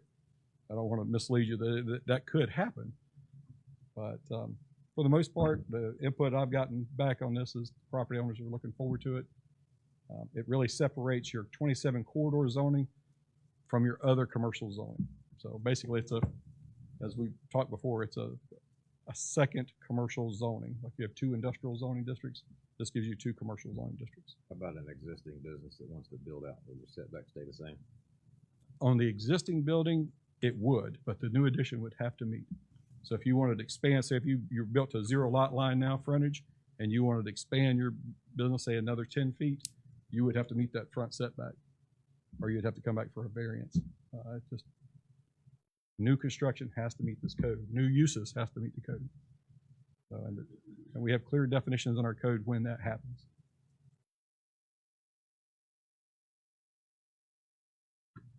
Any other questions? Any comments by the public? Thank you. Questions, commissioners? I've made a lot of comments over the past 8 years, so I'm glad we're at this point. So I will make a motion to approve ordinance number 2023-03, which amends the official zoning map by changing the zoning designations on certain properties located along the US 27 corridor of approximately 86.05 acres. Second. Okay, a motion by Gardner, second by Highslope. Any further discussion? All in favor? Aye. Aye. Any opposed? Motion carries. Of course, that is the first reading, as you pointed out, Mayor, and this will come back with. Okay, a couple of resolutions. Resolution number 2023-03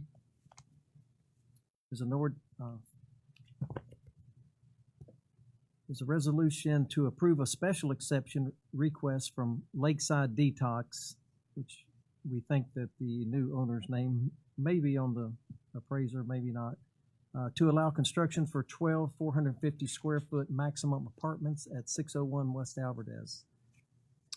Mayor, item number 5 this evening is also quasi-judicial in nature, special exception application.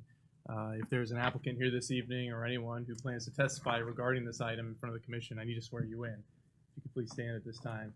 Travis, you're good. We got you already. You've been But if sworn anyone in. else plans to speak, you'll need to be sworn in at this time. Double sworn. No one at this time. Okay.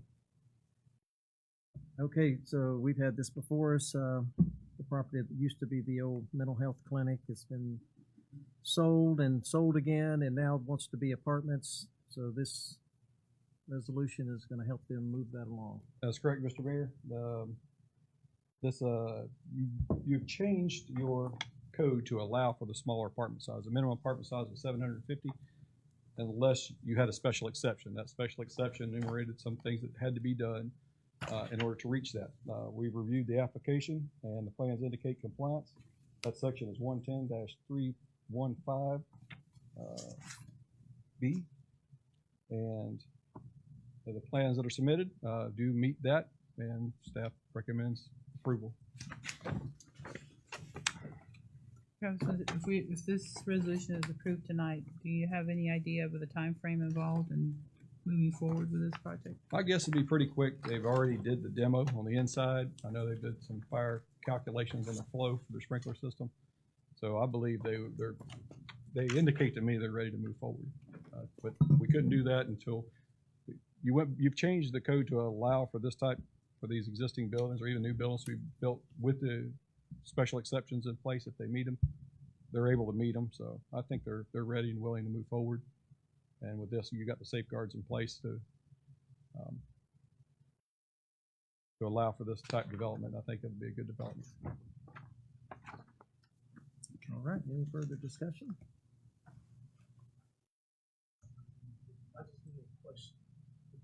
Regarding this project? Okay, yeah, go You've ahead. been sworn already, sir, I believe. If not, please indicate. He raised the wrong hand. Yeah, that's Yeah, I true. did. I'm That's sorry. true. It's just to get guidance. This project, I mean, I'm for it, but because the density, I'm always, I have a project in Central, a different project from years ago. I had an issue. I did a variance, and I'm still on hold on that because I just been here, there. This project, this main project, I just want to bring it up because it was a commercial building. They turn it into apartments. Now, what's the speculation on density?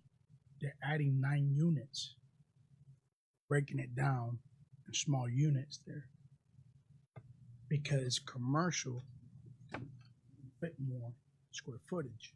Because I'm always having the discussing with Travis about this because I have a project similar.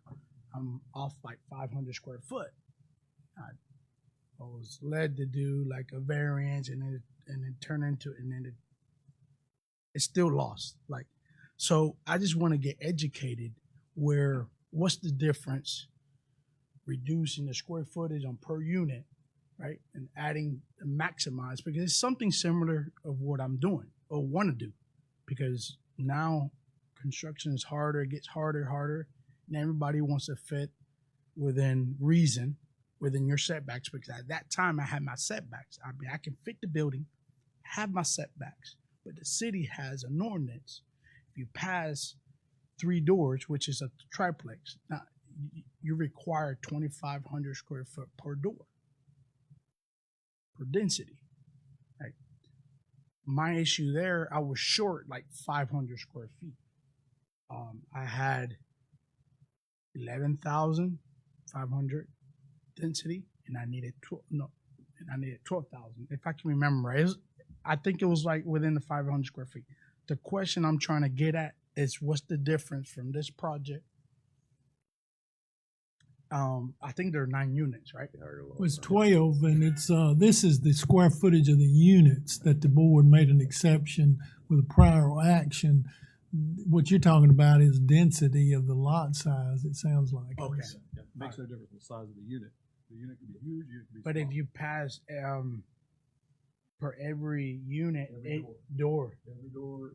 it don't matter the size of the unit. They meet the requirements for the density of the lot. It's theirs was only the square footage of the individual units. If you have more questions, we'll get them after, you know, Yeah. the density and then the size of the unit, two different. And this would only be possible with the ordinance amendment that was done at the previous meeting. Prior to that, this was not an option. Right. Existing building, And it's an existing building, very good point. existing vacant building. Yeah. Okay, if there's no further discussion, resolution 2023-03, entertain a motion. Motion by Highslope, Second.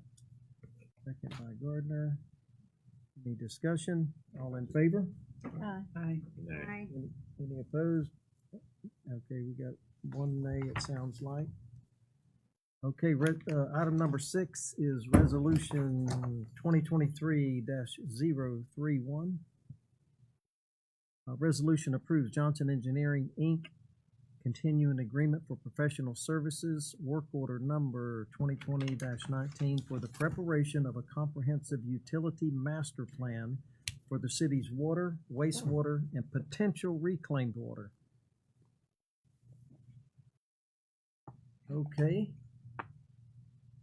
Somebody from Johnson want to kind of, And while Andy's coming up, Joe DeBono couldn't be here tonight, so Andy's filling in, but they both are very well versed with this. And we had a workshop discussion about this topic, and what we're trying to do is get started with the process so that we can primarily focus on pursuing grant funding to fund the bulk of the cost. So with that intro, Andy, if you give them an overview for the public as well as the board. Thank you, Manager. Yes, the actual approval that's being asked for tonight is just for allow us to get started to go try to find some money for the city to pay for the remainder of this. What this is to cover is to put together a master plan that hasn't been done for a couple of decades or more for the city on your water, your sewer, and going forward, the plan is for the wastewater treatment plant to provide irrigation quality water that can be put out not only for the golf course, but also in the Marina North and South project, or Clewiston North and South projects. The developer there is going to be putting dry lines in for that purpose, so that when that water becomes available, they can irrigate with that and not have to irrigate with potable, which is done in much of the rest of the city today. And it's much easier in either an area that's brand new or being redeveloped to put those irrigation lines in. So it probably won't be something that happens everywhere in the city, but just as it expands or as an area redevelops, may add irrigation lines there as well. But this would allow, we've had requests recently on projects, South Florida's office building, for instance. They wanted to know what the pressures were in the force main and in the water line, where they were and what size, what type. A lot of that information, fire flow and things like that, we don't have currently. So some of these will, and the systems will get modeled.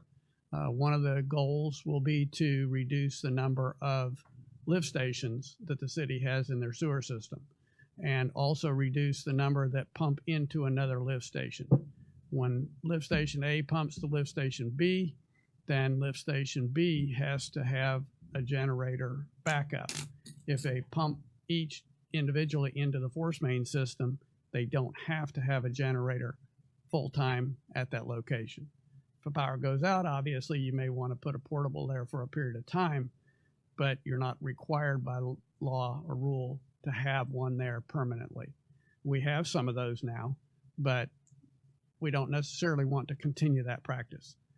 We're working on a project similar down in Collier County, and we're reducing from 15 down to 7 lift stations by redesigning the area. Now, it's a redevelopment area, so that comes with it. So we won't necessarily reduce lift stations right away, but we'll give ideas of how that could be done as development of the systems come together.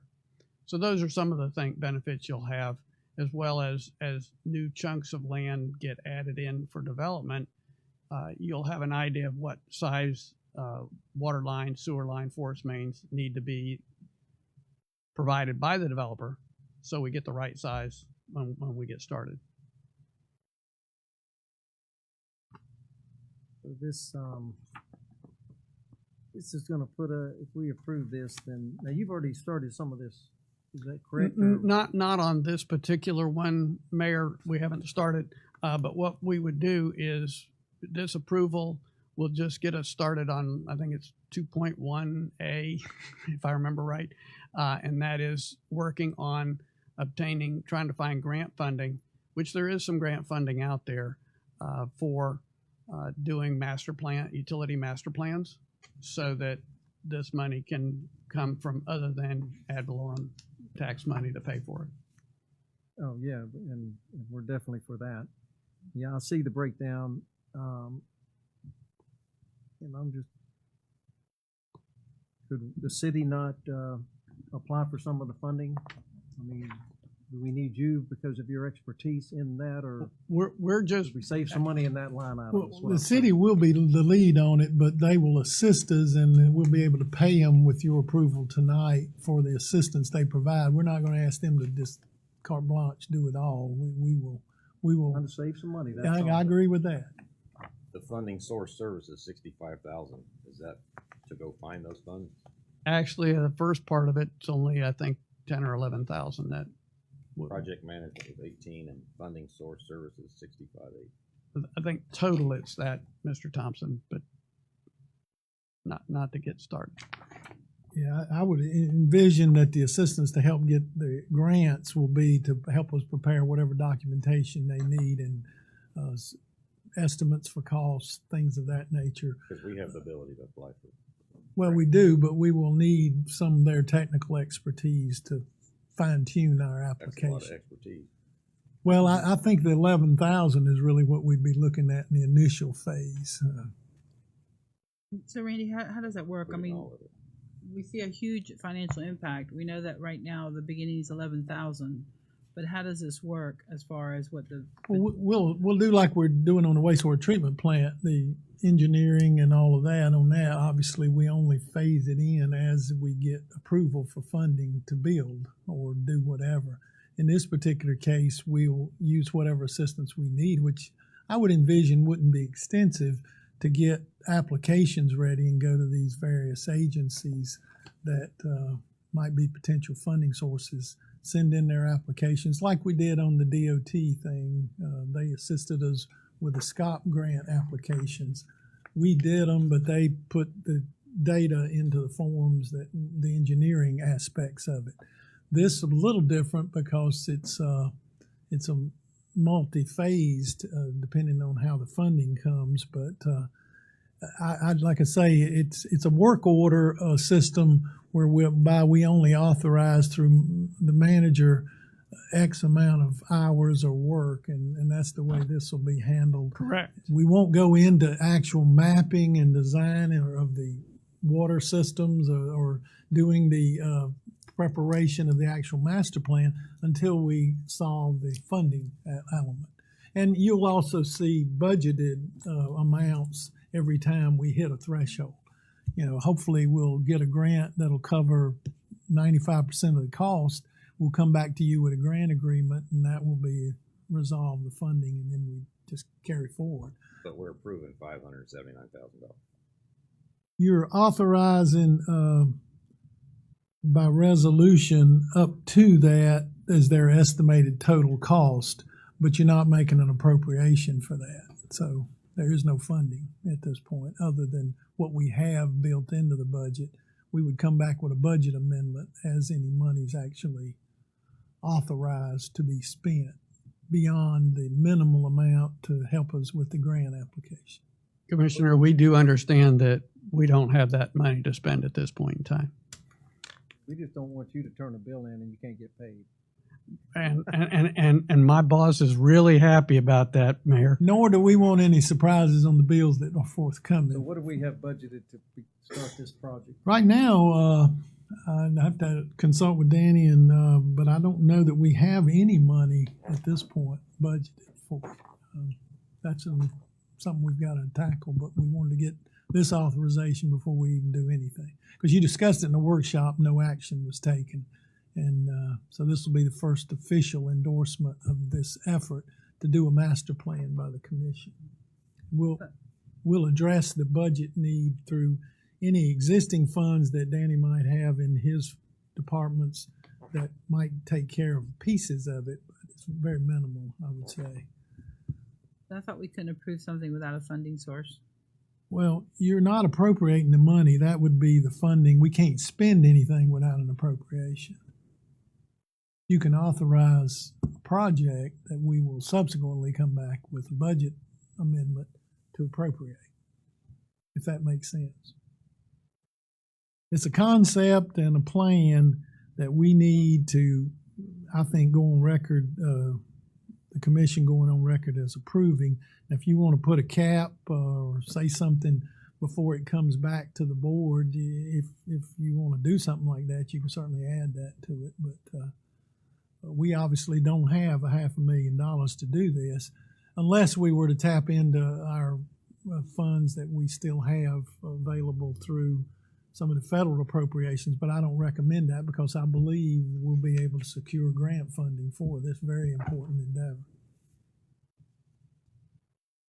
Without tapping into ARPA funds or anything? Yes, that's my goal. Although this would be an appropriate use of that. And if any of this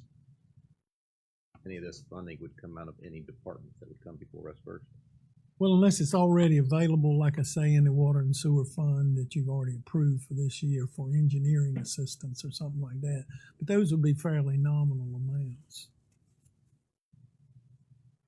I mean, I believe we need it. There's no doubt about it. And especially, for me, the potential future for reclaimed water systems, I think is important. Well, especially when you got developers that are planning it in their projects, we need to be sure of that. But you could have us come back. We'll develop a budget for the first phase activity and come back before we issue a PO on it. I don't have a problem with that.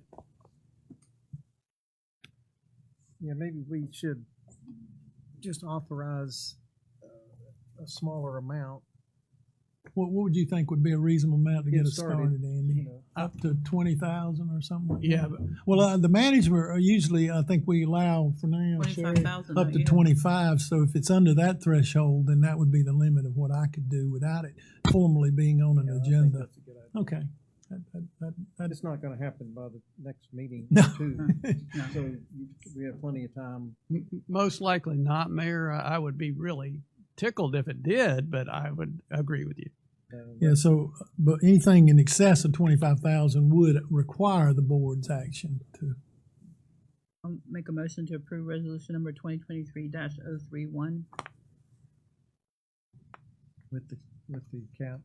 The cap, according to the city ordinance, it cannot exceed 25,000 to start with. Okay, motion by Gardner. 24,999 unless the commission authorizes higher. Yeah, it's got to be anything below above, 25. Okay, anything above 24,999 comes back to the board. Yes, that's the policy. Thanks, Sherry. Good job. Okay, motion and a second. Any further discussion? All in favor? Aye. Aye. Any opposed? Thanks for keeping us straight. Excuse me, who made the second? Greg. Okay, let's go to item number 7, another resolution. Resolution 2023-032 adopts an initial fire protection assessment pursuant to the uniform method of collecting such an assessment set forth in section 197.3632 of the Florida statutes. This is the fire assessment we've been talking about for a long time, a year at least. Almost two. This is the assessment that would go to each individual property owner, commercial, industrial, residential, and that would be seen on your tax bill. And in lieu of that, hopefully, the millage rate would go down by an appropriate number. It will. So, Travis, with that, Thank you, Mr. Mayor. And we had our consultant on the phone earlier. I think some awards knocked him off, literally. Well, I don't know if we can get him back. If we need him for questions, we'll try to contact him we can try back. to get him back. But this is the first resolution that you need. And it's the second resolution that you had on this. In 2020, we advertised and went with our intent to go this route, to move from ad valorem taxes, the millage, to put the fire department into an assessment. And that's what, in the county, we're the only ones who do it this way. The city of LaBelle has assessments. The East and West Fire District, which we're part of, is an MSBU, which is just the county's version of an assessment. So in order to do that, the statute requires us to have a study done. Even though we knew what the costs were, we knew that you have to go through the legal process of having a study and meeting the two-tiered test. So I'll have Stanley, we'll get it back online here, can explain what methodology they use. But what I will say, it's the same one that was used with the county. So the East and West MSBU is the same consultant using the same methodology. So it was very easy for us to follow along with them because we had some input at the county level. So what we have is the study here. We need to approve this resolution, and we would have to, if approved tonight, we need to get advertising out. I have to do a mail out within 20 days to each property owner. They'll get their mail out. I'll have to put an ad in the paper, similar to what we did originally in 2020, and it's time sensitive. I've talked with the tax assessor today, and we will need to, by mid-March, so I think by our May meeting, when it comes back for its final reading, for the final resolution in May, we would be able to get it moved in the 2023, 2024 for the trim notices for this year. So with that said, is there any questions on the process and not particularly the study? I just say it did come in as we expected, less than what the MSBU for East District is. So I thought the county backed out of this. No, they just approved theirs. There was some discussion on how, when they went forward, they were using a 10-year plan. The cost, the capital cost that the county has for not just our department but for other departments is, it's quite large. It's a big department, even if it's a volunteer department. The fire rescue services is quite large. The So county, they shrunk just it for to a clarity, the 5-year county did pull the plug on the EMS countywide, if you're thinking about that one, yeah. Yeah, they found out they couldn't really, EMS services is not, you really can't do that as an assessment or an MSBU. That needs to be ad valorem. So these are non-ad valorem. Yeah, they've had this one for years, the county. Oh, yes, correct. They've always done it, not always done it. It's done it for, I would assume, since about the 70s. So this is the city of Clewiston doing the same thing the county has been doing and our sister city does. And the plus to this is it brings it right back to what you're real familiar with is our enterprise funds, like our garbage or our mosquito control. There's a bill that's due, and the residents know what the bill is, and they pay for those services, and they know that's what it goes for. So that to me, it really helps the citizens understand what they're paying for and how much that department costs. And it actually allows us to, with the county's MSBU and now the cities, if we get this special assessment, lets us put it into a fund and build for those capital items, or most likely borrow against them of those funds so we can buy capital items.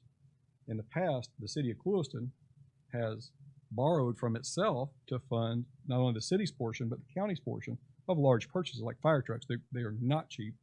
You have two within the next couple of years.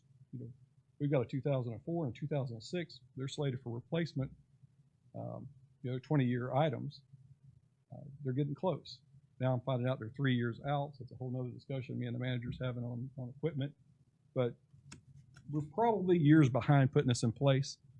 So we have it today for you to look at and see if if this is the way we want to move forward with it, our recommendation is this is the best way forward. So we're not going back and borrowing from ourselves, trying to fund city and county operations. The counties took care of their piece. They passed it. They raised their MSBU in the county for each district to cover it. And with this study, we know now what we need to do. I've expressed some concerns with this before. One is, from the get-go, it will drop the millage, but it sure makes it easy to raise that millage right back up. It falsely decreases your millage rate because it's a tax, it's a fee you're charging the citizens. Number two is, you know, right now a budget drives your operation. We change this around, your operation drives your budget, vice versa. So if we need a new fire truck 10 years from now, let's increase your assessment. And $3-4 million trucks add up. Right now, you don't have the ability to do that. That's my fear, especially with the growth and some of the plans and thoughts of what we need in the future get really expensive in these assessments. Really expensive. But what now can even out millage 5 years from now could be completely different. It will be different. One thing I'd tell you is it's, as I mentioned about financing instead of borrowing from yourself, the millage you may choose not to go up. That's a hard thing to do, and I certainly don't want you to raise my millage. I live here too. But to me, this is a fair way of doing it, and it isolates the citizens and say, this is the service I'm paying for. This is how much it costs me, and I can borrow against that because I have that assessment in place, just like the county can with their MSBU. It's not me going to the manager and asking the commission to make a loan and get us to money that way, so we don't have to raise the rates and we'll pay it back over time. That's more complicated. This is more straightforward. We have the study now that shows, we already know, we knew what our capital costs are. You have a 10-year capital plan for every department, so you know expectedly without big changes or tragedies or natural disasters about what the plan's going to be. So we can calculate that out. We know that there's been increases. Maybe it increased a little bit faster than we'd like here in the economy here lately. It's like the fire trucks that we talked about. We're 3 years out, 36 months out. I was shocked. Now, it's not unusual to take a year to build a truck, but they're telling me 3 now. So that really is not germane to this. This is just a funding mechanism. But just to be clear, and the citizens that are here, your ad valorem goes down the same amount that the assessment puts in place. So it's simply changing. Maybe. Well, Maybe. It will. These 5 people will vote if it goes that's down. who determines the city commission. Well, correct, but the You don't statute have to have that requires discussion them to till do that. Yeah. Oh, but I think it's September 1st. important because Smoke and a lot of people have asked about, is this going to be another tax? Are you going to keep the millage rate the same, and then you're going to give us an MSBU? And so there is concern in the community that we're not going to lower the millage rate. And I think it's something that we need to be clear that is exactly what we're going to do. You know, And I'll Well, I'm going to vote for that. That's statutory. Yeah, well, but let's be sure we're factually stating this. The city commission every year will determine how much of an MSBU rate you will have. You'll set. You'll do that as required by the statute. You will set the millage rate every year, this year included. And the only difference is this will not be a service funded out of the millage funding. Right. Everything else stays the same except that.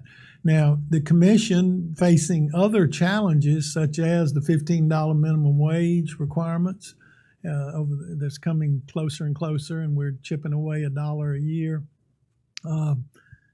Other pressures on the budget, property insurance coverage is a big one this year, and all kinds of other budgetary restrictions that do get funded and continue to be funded out of the millage will determine what your millage rate is, not this. This will no longer be part of the equation, but you will set a millage rate that reflects what the city needs.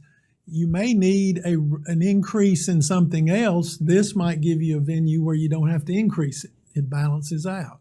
But we need to be honest with people, obviously, that is a separate equation, a separate function, a separate decision that the city commission has to make every year as to how much the millage rate will be set at. We know that it will no longer be, if you approve this, funded funding fire and rescue services. And it will not be impacted directly in buying fire trucks or buying equipment going forward. If you do it this way, it'll be like the water and sewer we bought, or solid waste this year. We bought $1 million worth of equipment. We borrowed funding to do it. The solid waste fund bore the entire responsibility for that. That's the way the MSBU will be set up. I agree. Let's be clear and be honest. We just approved rezoning of a new housing development with a house. How many stories resort? 8? Oh, the maximum height in there? Yeah, I believe it is. Which will require a fire truck, $3 to $4 million. Okay, so you approve it now, your millage rate goes down. It's kind of just balanced. But in the future, it will not be. It can't be. Right? It can't be. So we're going to buy a $4 million fire truck. So we raise the assessment now, so we have the money there when we need it. It'll be balanced today. Down the road, it will not. It cannot. Well, and that's where if you do a major capital item, we approve it, but there's a sense of emergency that's set in. Well, we have to do it because it affects what you said at last meeting. It affects insurance rates, our response time. Sure, it affects those this are project. important. It affects this, so you have to approve it. But that's the sense of urgency, doesn't time limits. But neither 3 years from now, we better do it now. But either way, whether you're doing that out of ad valorem revenues or MSBU, that's a decision the board will have to make. That purchase of that equipment is going to have a physical impact. It's just a matter of who's going to pay for it and out of what. And the difference. We have one number to play with this at too. Yeah. Well, you've got 2 now. You got multiple, but in the budget process, you will have to make that judgment. But the other thing, as was pointed out and is contemplated here, we can't fund $2 million over the 10-year, what was it, $3 million, I believe it said, over the 10-year on our current CIP with just $50,000 a year. You'd have to borrow the funding, stretch it out, but for the life of the equipment, there's ways to make it happen. But one thing for sure, with the county's funding and our funding, there will be money available to buy equipment for the first time in the city without having to either borrow from Peter to pay Paul or doing some other type of arrangement to make it happen, or you defer it and don't buy it. The example you pointed out obviously is one, but you'd also have millions of dollars of property there that's currently not included in this equation in terms of revenue that will increase your revenue coming into the MSBU and or the ad valorem to help pay for those kind of Does this assessment exclude any landowners? It does. What kind of land would that be? It excludes agricultural and religious and some government. Some religious properties. That's a decision that you'll have to make. The pool would get smaller of paying the service. Actually, the pool is larger under this, as a minus. Yeah, the pool's larger because every household now, if this is passed, will have to pay the $116. Yeah, right now, I would say 60% of the houses are paying through ad valorem. You have 300-400 houses that don't pay any ad valorem because of the value of the house and exemptions and so forth. This levels the playing field in that manner. Yep. Now, the single widow that doesn't have much of an income, yeah, it's going to impact that person. $116 doesn't sound like much, but to some people, it's a lot of money. But it does level the playing field that every household, every commercial building, every duplex and triplex, each unit will be paying the $116. The RVs, that's another one that will correct the discrepancy now and some other. The list is in People here. pay different amounts, but the pool will get smaller. The higher your home value, the more you pay. Now. Right. But not once this is passed. That's Everyone correct. will pay This the is same amount. under statute how these studies have to be done. It has to break out the actual value to each user. It's ERUs, and you're used to them in the comprehensive plan, equivalent residential units. And they come up with a value. They know what it costs, what our equipment costs are. They know what our operating costs are, our readiness, our availability. They put that together. So it is a fair system. I really believe going through this, It don't start with the budget we're working with now? it does. Yeah. Yeah, it has to take your over the last 3 years, what we took the last 3 years budget, where the consultant did. And we your projected a 10-year 3-year capital plan. budget. And it's just the city's portion. Let me be clear about that, make sure we're understanding it.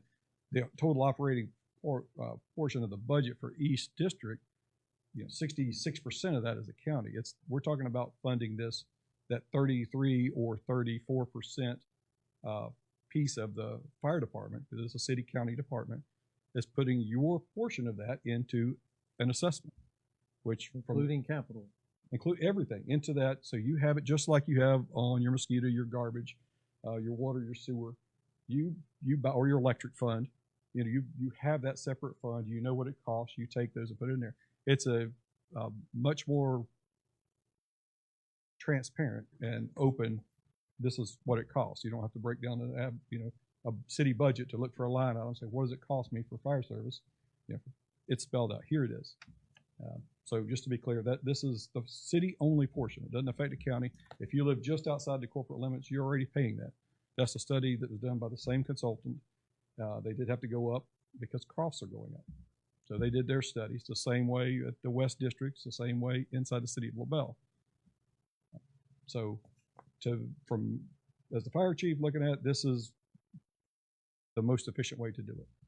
And it gives you an avenues where you can borrow against it if you needed to. Even though we're only talking to 33%, we can do it with the MSBU as well. I'm not reaching into some other pot of money in the city budget trying to borrow against or to take it out of reserves to purchase something. That don't supposed to happen to begin with. But Agreed. we had fire service, public safety is one of the key things that you have to fund as a government. So I know you guys are going to fund it. It's just a mechanism. This is just changing the mechanism. We might, like you said, Commissioner, we might not be able to afford that fire truck yet this year. We have to wait till next. But we're going to fund it. We're going to take care of the folks. We're going to buy the equipment we need to protect the community. And the community at large, I'm not talking just about Clewiston. So we boil it down. What are we talking about tonight? Making this basically an enterprise fund. You're taking it and following the same methodology the rest of the county's using. Take it out of ad valorem, put it in its own assessment. I'd like to get back to ad valorem real quick, Randy. The expectation from staff, I know you just said that looks like there's some issues with, that we probably are seeing, the impact of having to raise the minimum wage by state law, and also our insurance. We always know that, unfortunately, the insurance rates have gone up. This year, PRM, health insurance. But the expectation from staff is that we're looking at ways that we can reduce the ad valorem and bringing in this MSBU. Well, we have to, as statutory. That's a part of it. And it says it in this document that it's contemplated you would lower the rate, the equivalent amount for fire services because you're no longer funding them. So there won't be a fire services department drawing from within the general fund. Whether you make up any portion of that, the one difference is we have not previously, and that's why these rates are set where they are, been funding extraordinary capital reserve funds, if you will, for future equipment purchases. That will be part of the MSBU and required. So the amount that we're proposing with the MSBU will generate more money than we've been paying out of our ad valorem rate. So it's not a dollar for dollar equivalent of lowering the tax because it's now 300 and whatever the number, 393,000. Right. So it's not going to be that, but it's obviously more than a meal. I don't know if Sherry's prepared to comment on what the dollar equivalent would be of what was our meal last year. We don't have this year's number, obviously, but you remember it off the top of your head. Right at 300, right? Right at 300 per meal. Somewhere in that name. So you can do the math, and that's but it'll be based on the new meal numbers, the new values that we get from the county, and so forth. But it's obviously that page up on the overhead. About a report. You don't have it. Okay. Well, just for the public's knowledge, if this passes, it'll be $116 per household.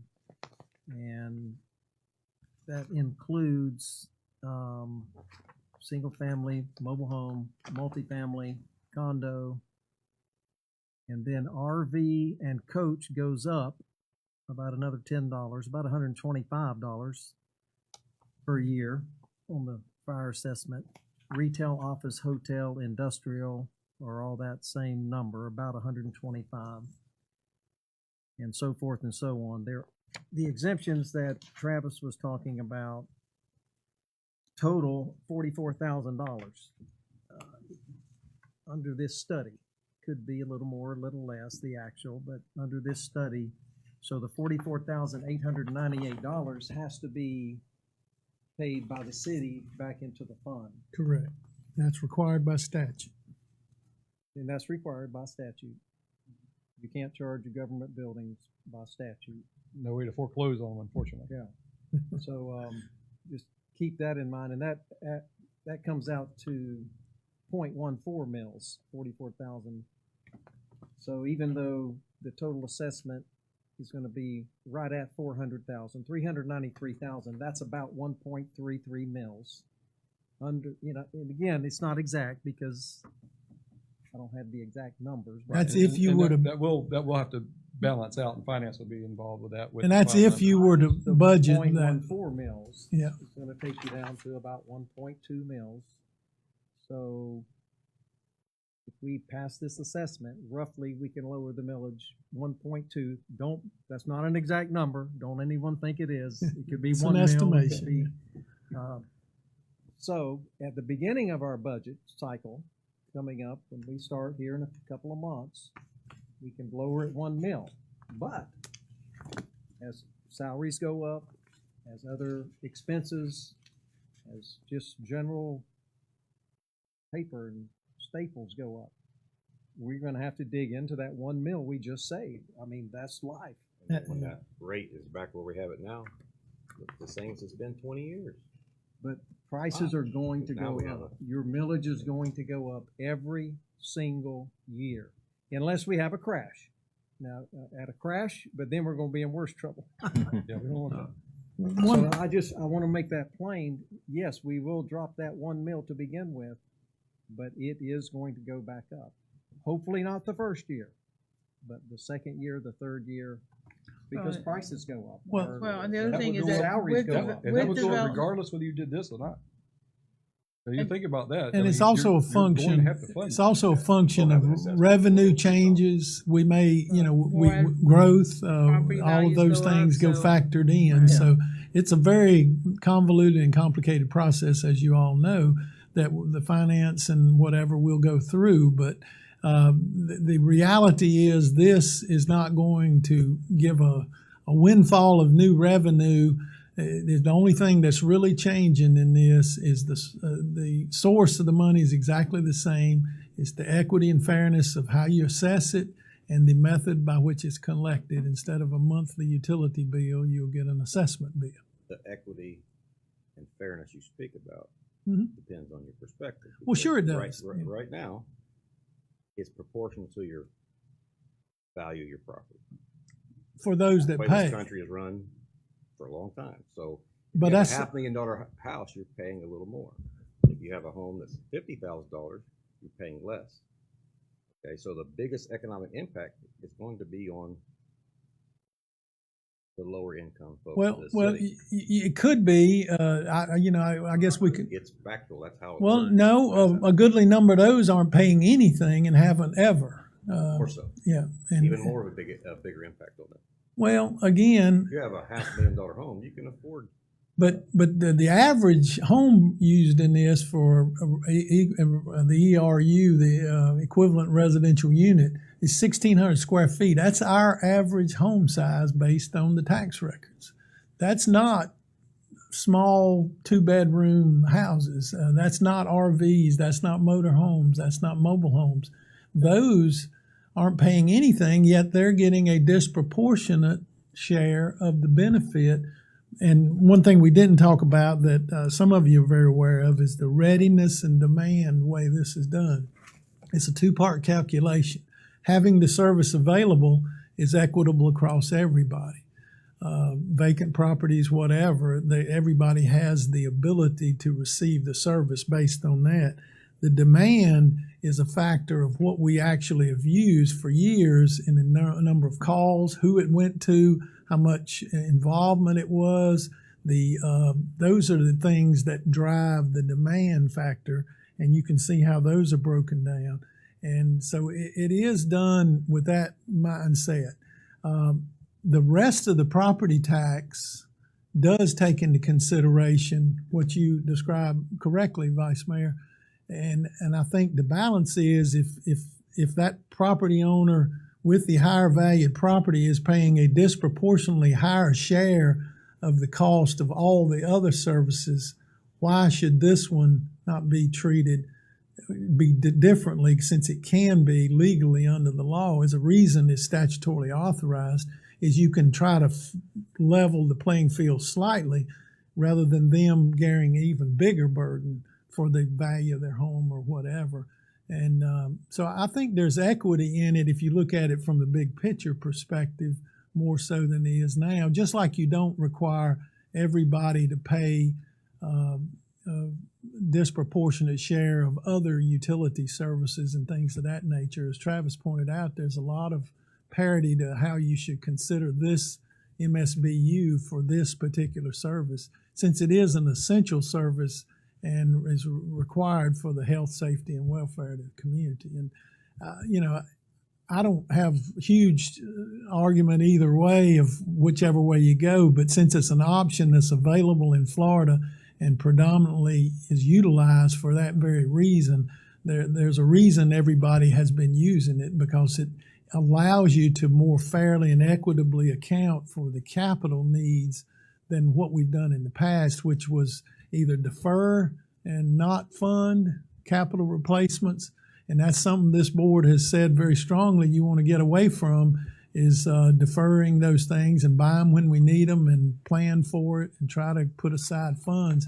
But it's practically impossible to do that in the general fund when you're meeting so many broad demands and needs with all the other facilities and everything else that the general fund is responsible for. What's the funding source of this $393,000? That's the MSBU. The assessment of fees. The source is the What's same. the funding of this we're approving to pay for this? You're not proving that at this point. That'll be when you adopt the budget. You would adopt a budget. That's just their assessment amount that they believe is required to meet. They took a 3-year average of the past 3 years. They looked ahead 3 years and used the average of that to come up with a 393, which includes an estimate of 106,000 capital set aside, either for debt or capital purchases or whatever. So 287,000, I guess, would be what's anticipated for the operational side, less the capital and our share, and then the county's paying their share. And this also takes into account something that Sherry and I have discussed that we need to share with you, and we'll get in more in depth as budget discussions. We have seen a trend of the city starting to grow its share percentage of the of the fire district budget because of several factors that may fluctuate from year to year. If there's more development in the county, more calls in the county, then that's what it's based on, is a 5-year average of calls. But if the city grows, as we just talked about to the west with development, the city share is likely to start growing at a faster rate than the counties in terms of number of calls and properties and affected and so on.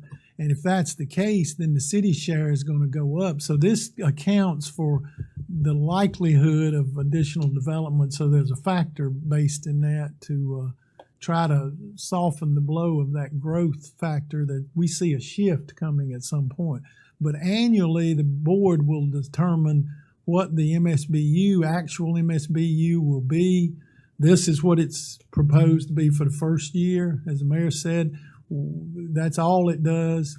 Whether there's any change to impacts to other factors like millage rate will be a decision you'll make. But the actual budget you approve for the fire department plus this capital set aside is what the budget will be. It won't be 393 automatic. That's a starting point, if you will.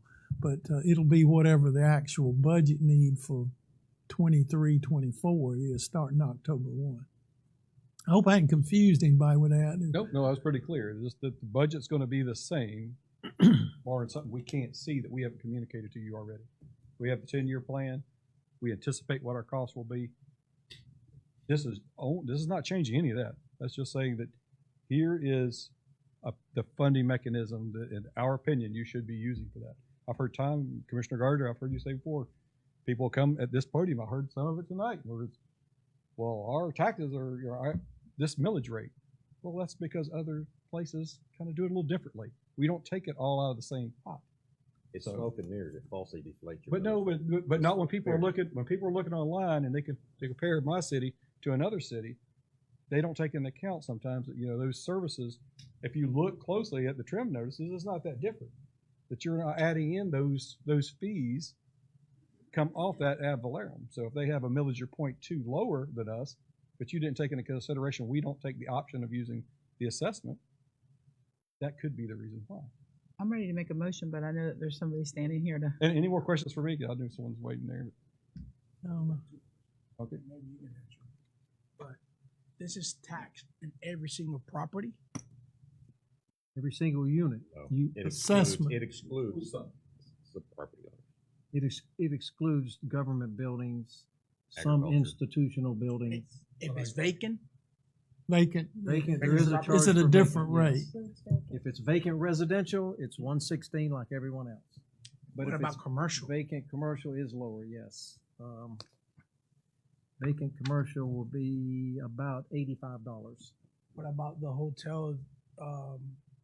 You'll have to ask Travis that one. You have to ask the price. Let me get this clear. Because let me be clear. Well, that's in the study, and what happens Just is to clarify, I don't want anybody to misunderstand. The vacant residential is a lower rate on the demand side. It's the same on the of the readiness, but it goes from 4481 to 956.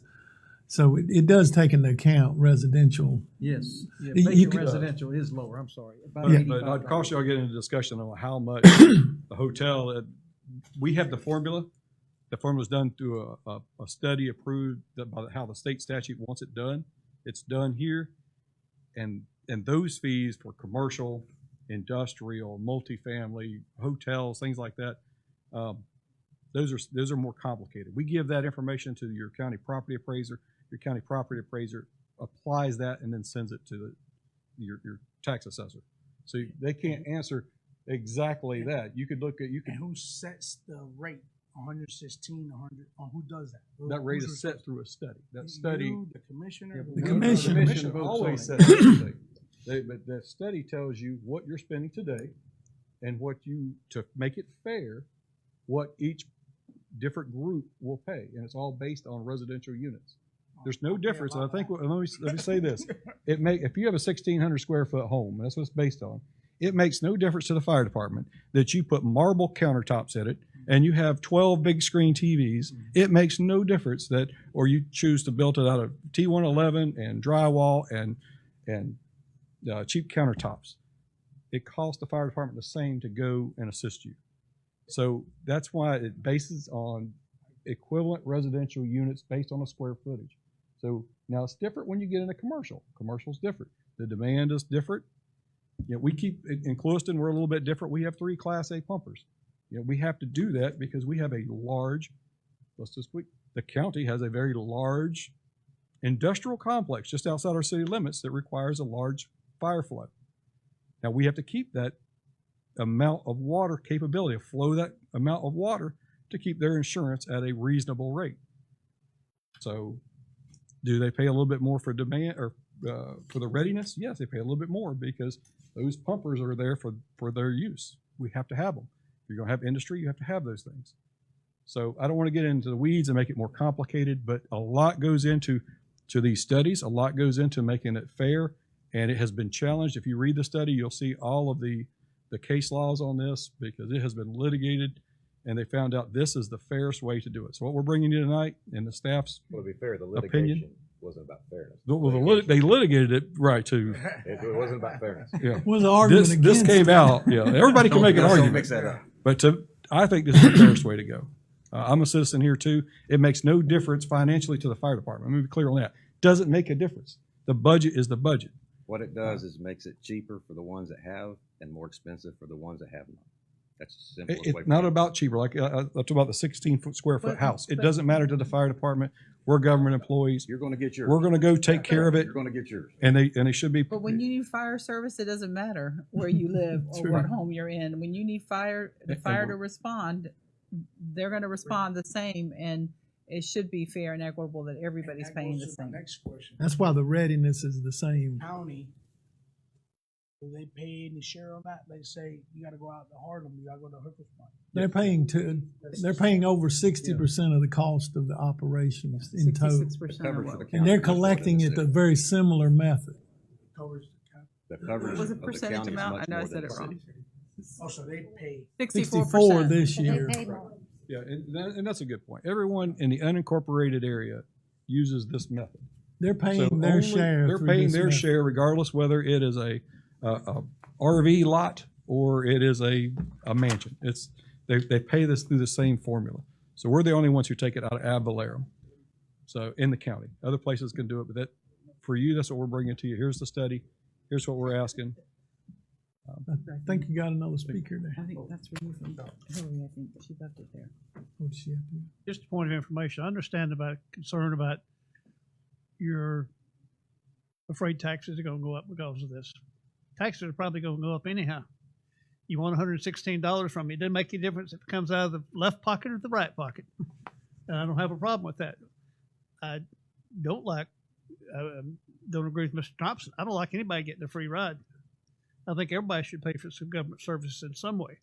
Like I'm all for the homestead exemption, but it should be on the first 50,000. It should be on the second 50,000, where everybody's paying a little bit of property taxes. Hopefully, costs are going to go up of running government. It's inevitable. Hopefully, the evaluations of property going up enough that you don't have to raise the millage. When times are good, you can keep the millage the same or even lower it because the evaluations are going up. I'm not sure I understand the concern. I guess I understand the concern about it. You're afraid of taxes going up, but it's really not going up. It's just coming out of a different pocket. That's all. And ultimately, y'all have the final approval on it of both the taxes out of both pockets. Y'all approve it. Thank you. Make a motion to approve resolution number 2023-032 and adopt an initial fire protection assessment pursuant to uniform method of collecting such assessment set forth in section 197.3632 of the Florida statute. We have a motion. Mr. Mayor, before you vote, Well, let me get a second. Go ahead. Did you second that? Okay, second by Edmonds, go ahead. One of the members had to leave unexpectedly, not feeling well, so I just wanted to, for the record, Hillary had to leave. Okay. So if you could acknowledge that that's why she's not voting. Okay, a motion and a second. Any further discussion? All in favor?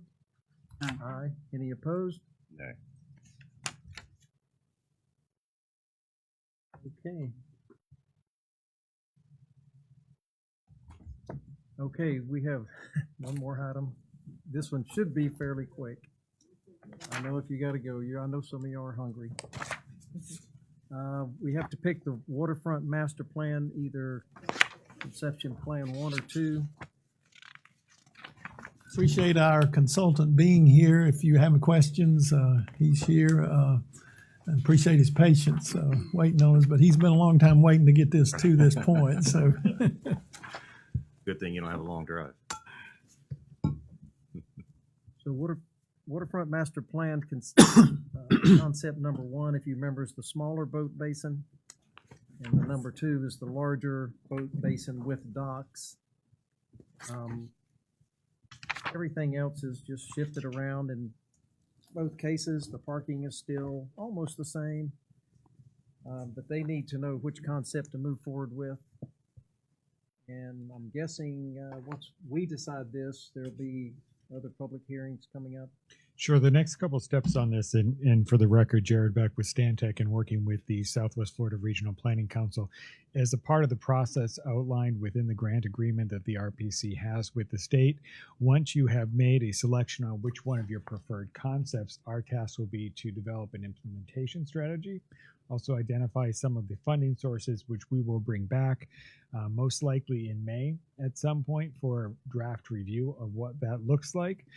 Following that, we will complete a final master plan that will include that implementation program, likely some of the funding sources, and again, the mechanisms to be able to construct this. You will then formally adopt that at some point in June, and by June 30th, this will need to be transmitted to the state to comply with the grant. So that's really the process tonight. Again, you'll pick one, and we'll build that implementation plan off of it.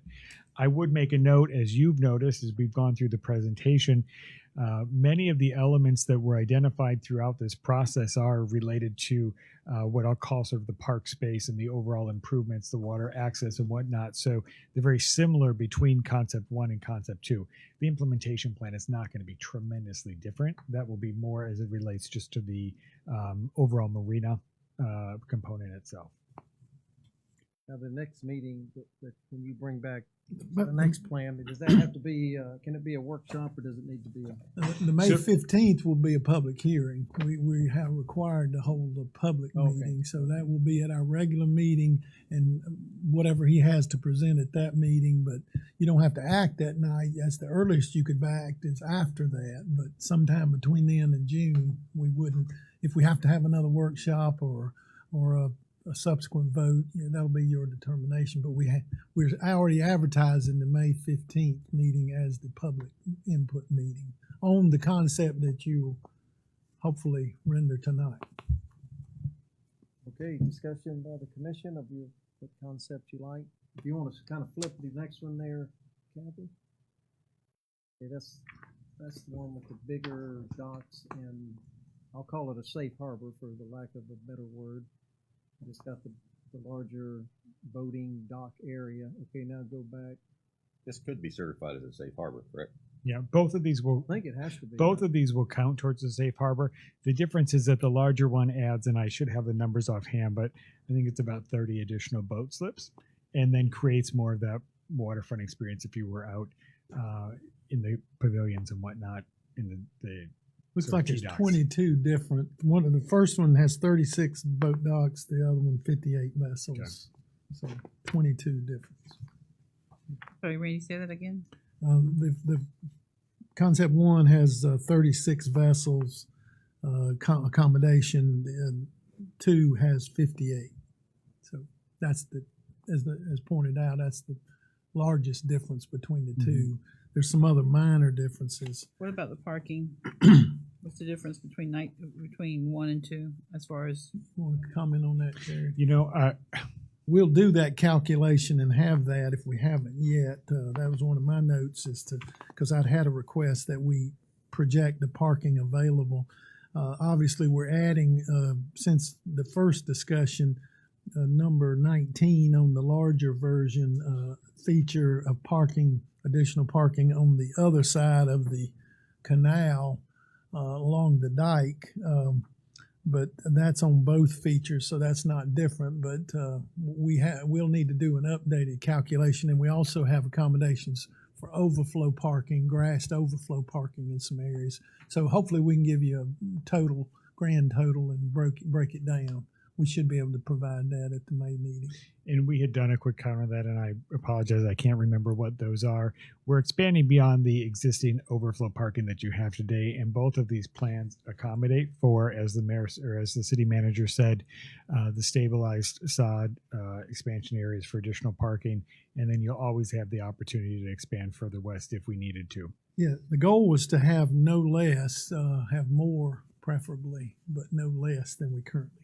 And right now, existing, there's a water retention area, and I don't see that in either one of the concepts. Yeah, you want to address that? That question did come up about the water retention area that's beyond the existing overflow parking. There's a basin there. I think we had talked about you could accommodate it under the parking lots as an option, depending on the design for stormwater, handling the stormwater. Sure. I think there's a couple of different ways, and I'm not the stormwater person. There is the opportunity where they could look at doing some type of vaulting or percolation type of a system within this. We know that for as substantial of a reconfiguration as this is, there's got to be some larger stormwater, component or study done with this. It's possible that, part of that, if it's not handled within any of these existing areas, we would look towards perhaps creating that more on the western side. Beyond where you see the existing sod and the trails and whatnot. We haven't shown them throughout all of this, but as we've discussed and seen in some of our prior plans, a part of this also includes the construction of the boardwalks and recreation trails as it goes further west. So there will be opportunity in those areas as well to support any of the additional in my experience, we've addressed it when we did the trails. We created additional, and it depends on what you want to create, whether it's a wet retention or dry detention or whatever. But there is some opportunities on the vacant land that we'd be doing the trails to create water features or stormwater features in between the routes.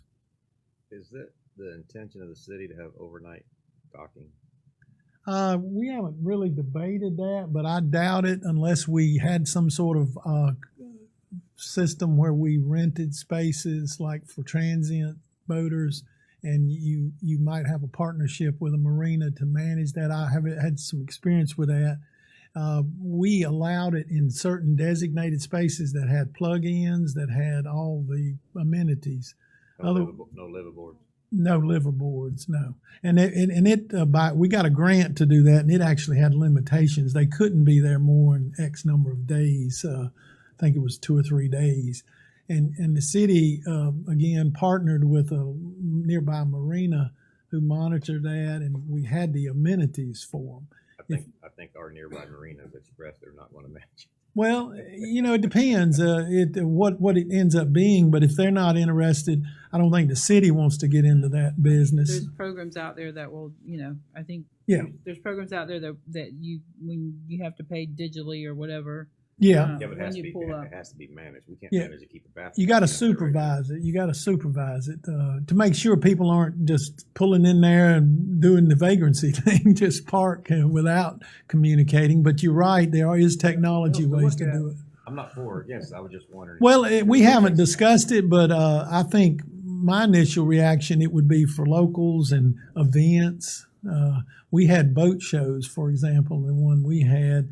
And we rented spaces during the event, but we didn't have them. There weren't many spaces. It was 20 maybe max. So it would be a small scale feature if we did do something like that, in my opinion. But both options are available, or none of the above.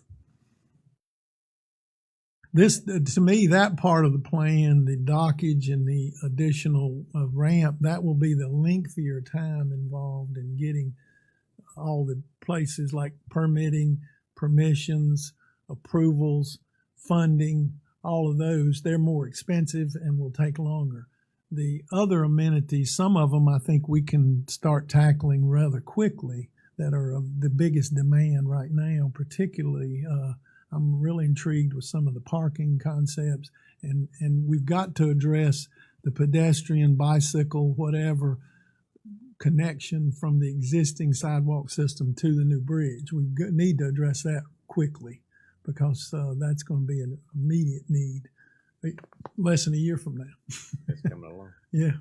I'll go ahead and make my comments. I know that there's a concept that has to be approved because of this whole process, but I am still concerned about the cost of this. If we're worried about $300,000 for a fire department and maintaining the fire department, we can't even maintain our existing recreational resources. And on this map, on concept 1 and on concept 2, item number 1 that's pointed out is the dock that we have right now, fishing dock. We can't even have that open because it can't be maintained right now. So that is a big concern I have. Concept 1 I like better than concept 2, but I'm telling you that there's, it looks pretty. I've always liked that we were going to try to do something on the waterfront, but the cost of this plans for this waterfront, I think, are more than what we can afford. So I'm going to say that, and I know we got to go through the public process, but I would see the lesser of the two evils as far as maintenance costs would be concept 1 versus concept 2. But I'm still very concerned as we go through this process. And I'll just acknowledge as we've gone through this process, one of the things that has come forward from the steering committee and repeatedly from this commission is an awareness that there's a cost to maintain anything you do. So a part of this while we won't be giving you the estimates on what it costs to maintain it, we will be able to break this down into the more detail on what each of these components are.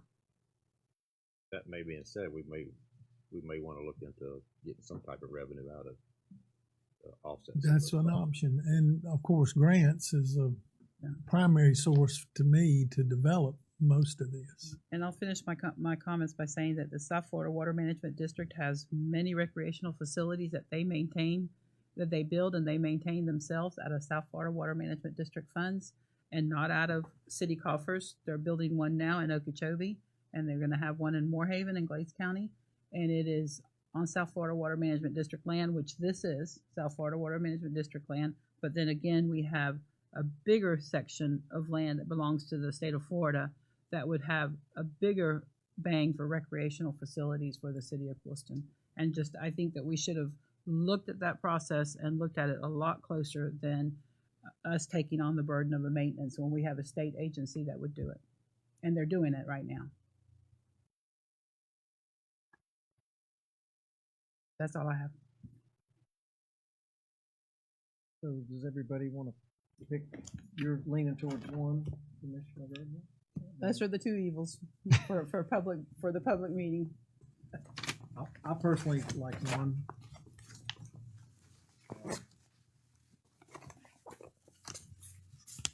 Anybody else? It's time to vote.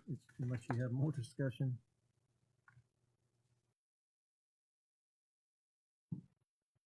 You don't vote, you don't get a vote. So I think if we have to pick one tonight, I would pick one. I guess you doesn't matter what you say then. It's been a theme all night. No. I mean, I like concept 2, but I mean. I like 2 because it offers more dockage, but it definitely a lot more to maintain because of the dockage. Because it's not on a seawall, it's more of a dock. I like the green space. I think if we do get the docks maintained in the first basin we already have, that could be boat dockage also over there for people. So anyway, won the consensus then? I believe so. Yeah. Okay. So do we need to vote on that? I would recommend it. Yes, please. I move we adopt number 1. Second. Motion and a second. All in favor? Aye. Any opposed? Okay. Yes, sir. All right. Thank very you for good. waiting. Sorry. No, glad to do it. Okay. Okay. Any old business that anyone would like to bring up? Just a workshop. Do we have a date for it? No, I'm still polling everybody. I got a couple people to ask your preference, but one of them's not here. So it will be in May, and I'm looking at the Mondays, and obviously our regular meeting's on the 15th, so it won't be that date. But 8th or 22nd is the two I'm looking at, and I will finish that up this week and get something out. We got 4 people here. Let's just do it. I mean, you want to have a workshop on the 8th of May or the 22nd would be after the meeting in May. And what's our main focus on that workshop? It was the items that are listed in here for the May workshop. There's 3 or 4 on that list. Redevelopment is the alley and Those the were- utilities And also we had talked about the personnel policy, looking at a draft discussion on that in May at one of the meetings, and I think there's at least one other item a fairly significant item that we had on the list. I got my notes in there, but So the May 8th is 3 weeks away from tonight. Is everything ready for that, or do we need to go no, to the 22nd? everything's not ready for it. Okay, at let's this go with the point. 22nd. That way we don't have to, we get everything we That need. would give at least plenty of time to get it ready. all Okay, of the it. 22nd. for the Okay with everyone, May 20th. workshops, 22nd. No, I'll send a notice and a reminder Workshop the 22nd. with a list of the topics. Okay, any other old business discussion? Departmental monthly activity reports?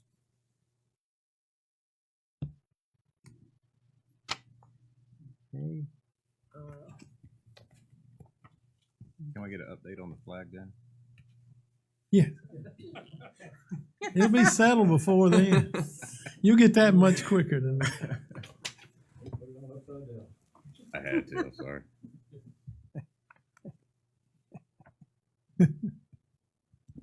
Okay, hearing nothing brought up, comments from the city manager, No more to say, Mayor. city attorney?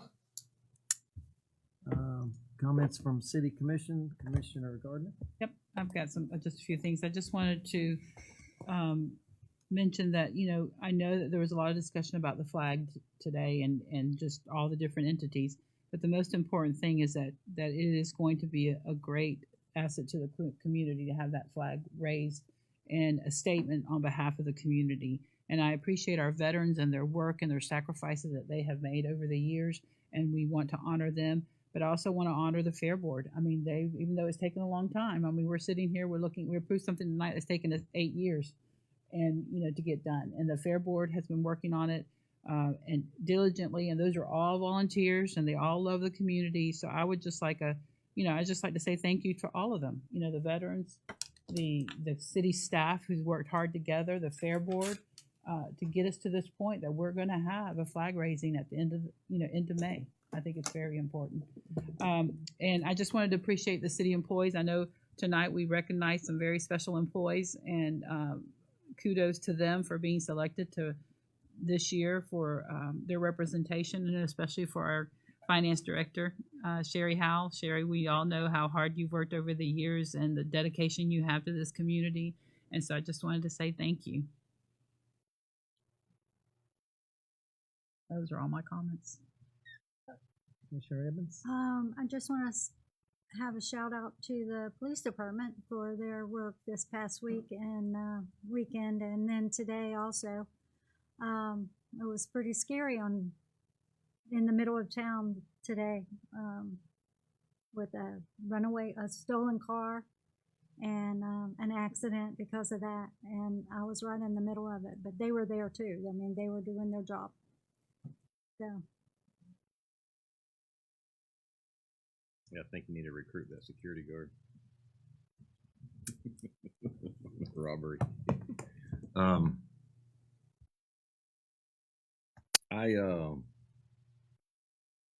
I requested a discussion on the vehicle policy this meeting, so I was kind of disappointed when I didn't see it, and it would be unfair to my fellow commissioners to speak on it now because they were not prepared. So hopefully it'll be on the next one, Brandy. I misunderstood. I thought that was another workshop item, but I apologize. No worries. Because the personnel policy, that's in it now. Not personnel policy, but it is in that policy. Provision on. So it'll be on the 22nd Yeah, workshop. well, that was my intention. I apologize. I misunderstood. I didn't realize you wanted on this agenda. That was my mistake. And, same thing to employees we recognized tonight. Not just them, but the employees that come to work every day, work hard, and run this city. We come here once a month and make a lot of decisions, but they're the ones that come here every day, put in the work and time, and make this city run. And I'm glad the flag's moving on. We had a little debate. Like Commissioner Garden says, what's important is happening. It's going to be a big deal. We want to do it safely. It'll be difficult because of where it's at, but it's going to happen, and I hope everybody can be there.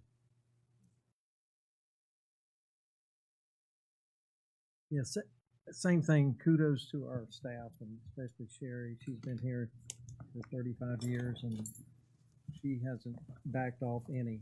She's been the same, and I appreciate that. The example you set, especially for all the new hires that are in the city hall now.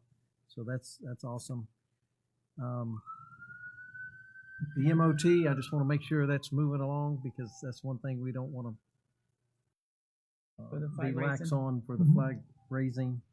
And then I just want to reiterate, have the meeting because either we'll have a schedule or this commission will make one. Well, if at the they had next asked, meeting. we would already had it. Well, This I is know the we first I would've heard already of it done it. tonight. I'm not saying, I'm just saying we're going to solve the problem. Yeah, we, anyway. And, but if they communicate, I'm sure they can solve it. It's just that it sounds to me like lack of communication on their part.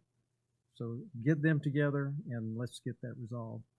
And then the last thing I'll say is about, we talked a lot about the fire special assessment. You know, we have an opportunity here to reassess our impact fees and charge a fire impact fee like every other town. Well, I shouldn't say every. Most big cities that we go and work and have construction jobs in, they have a list of assessments that long, from radon to fire assessments to just like ones that we don't have. We can pick up some extra revenue to pay for some capital items. I understand that the land won't be ready for probably 2 or 3 years on this north project and the south project that's already approved. However, as they begin to build these houses, the only way we're going to keep our ad valorem low, keep that millage rate low, is the houses get built and more businesses get built. But we need to be charging a fire assessment fee on our new construction. And maybe some other fees that I'm not even thinking about right now. So that would be my recommendation. Say, well, that's just another tax. No, it's a fee for a new home builder. It would have nothing to do with us that are already living here. And it helps to pay, just like we pay the sewer impact fee and the water impact fee. So I would like us to consider that and bring back some, we have time, but Could we do a workshop and just overall on the fee assessments, you know, and Yeah. looking at that, at the whole structure of the fees, Pay and for our where we're utility at? expansion for the Yeah. new, yeah. I mean, everybody else does it. The Yeah, last it's all job I did, business. which Average about has been a while, the total of impact fees was $60,000 just in impact fees. That didn't include the building permit. So these other cities are charging because they know what it costs.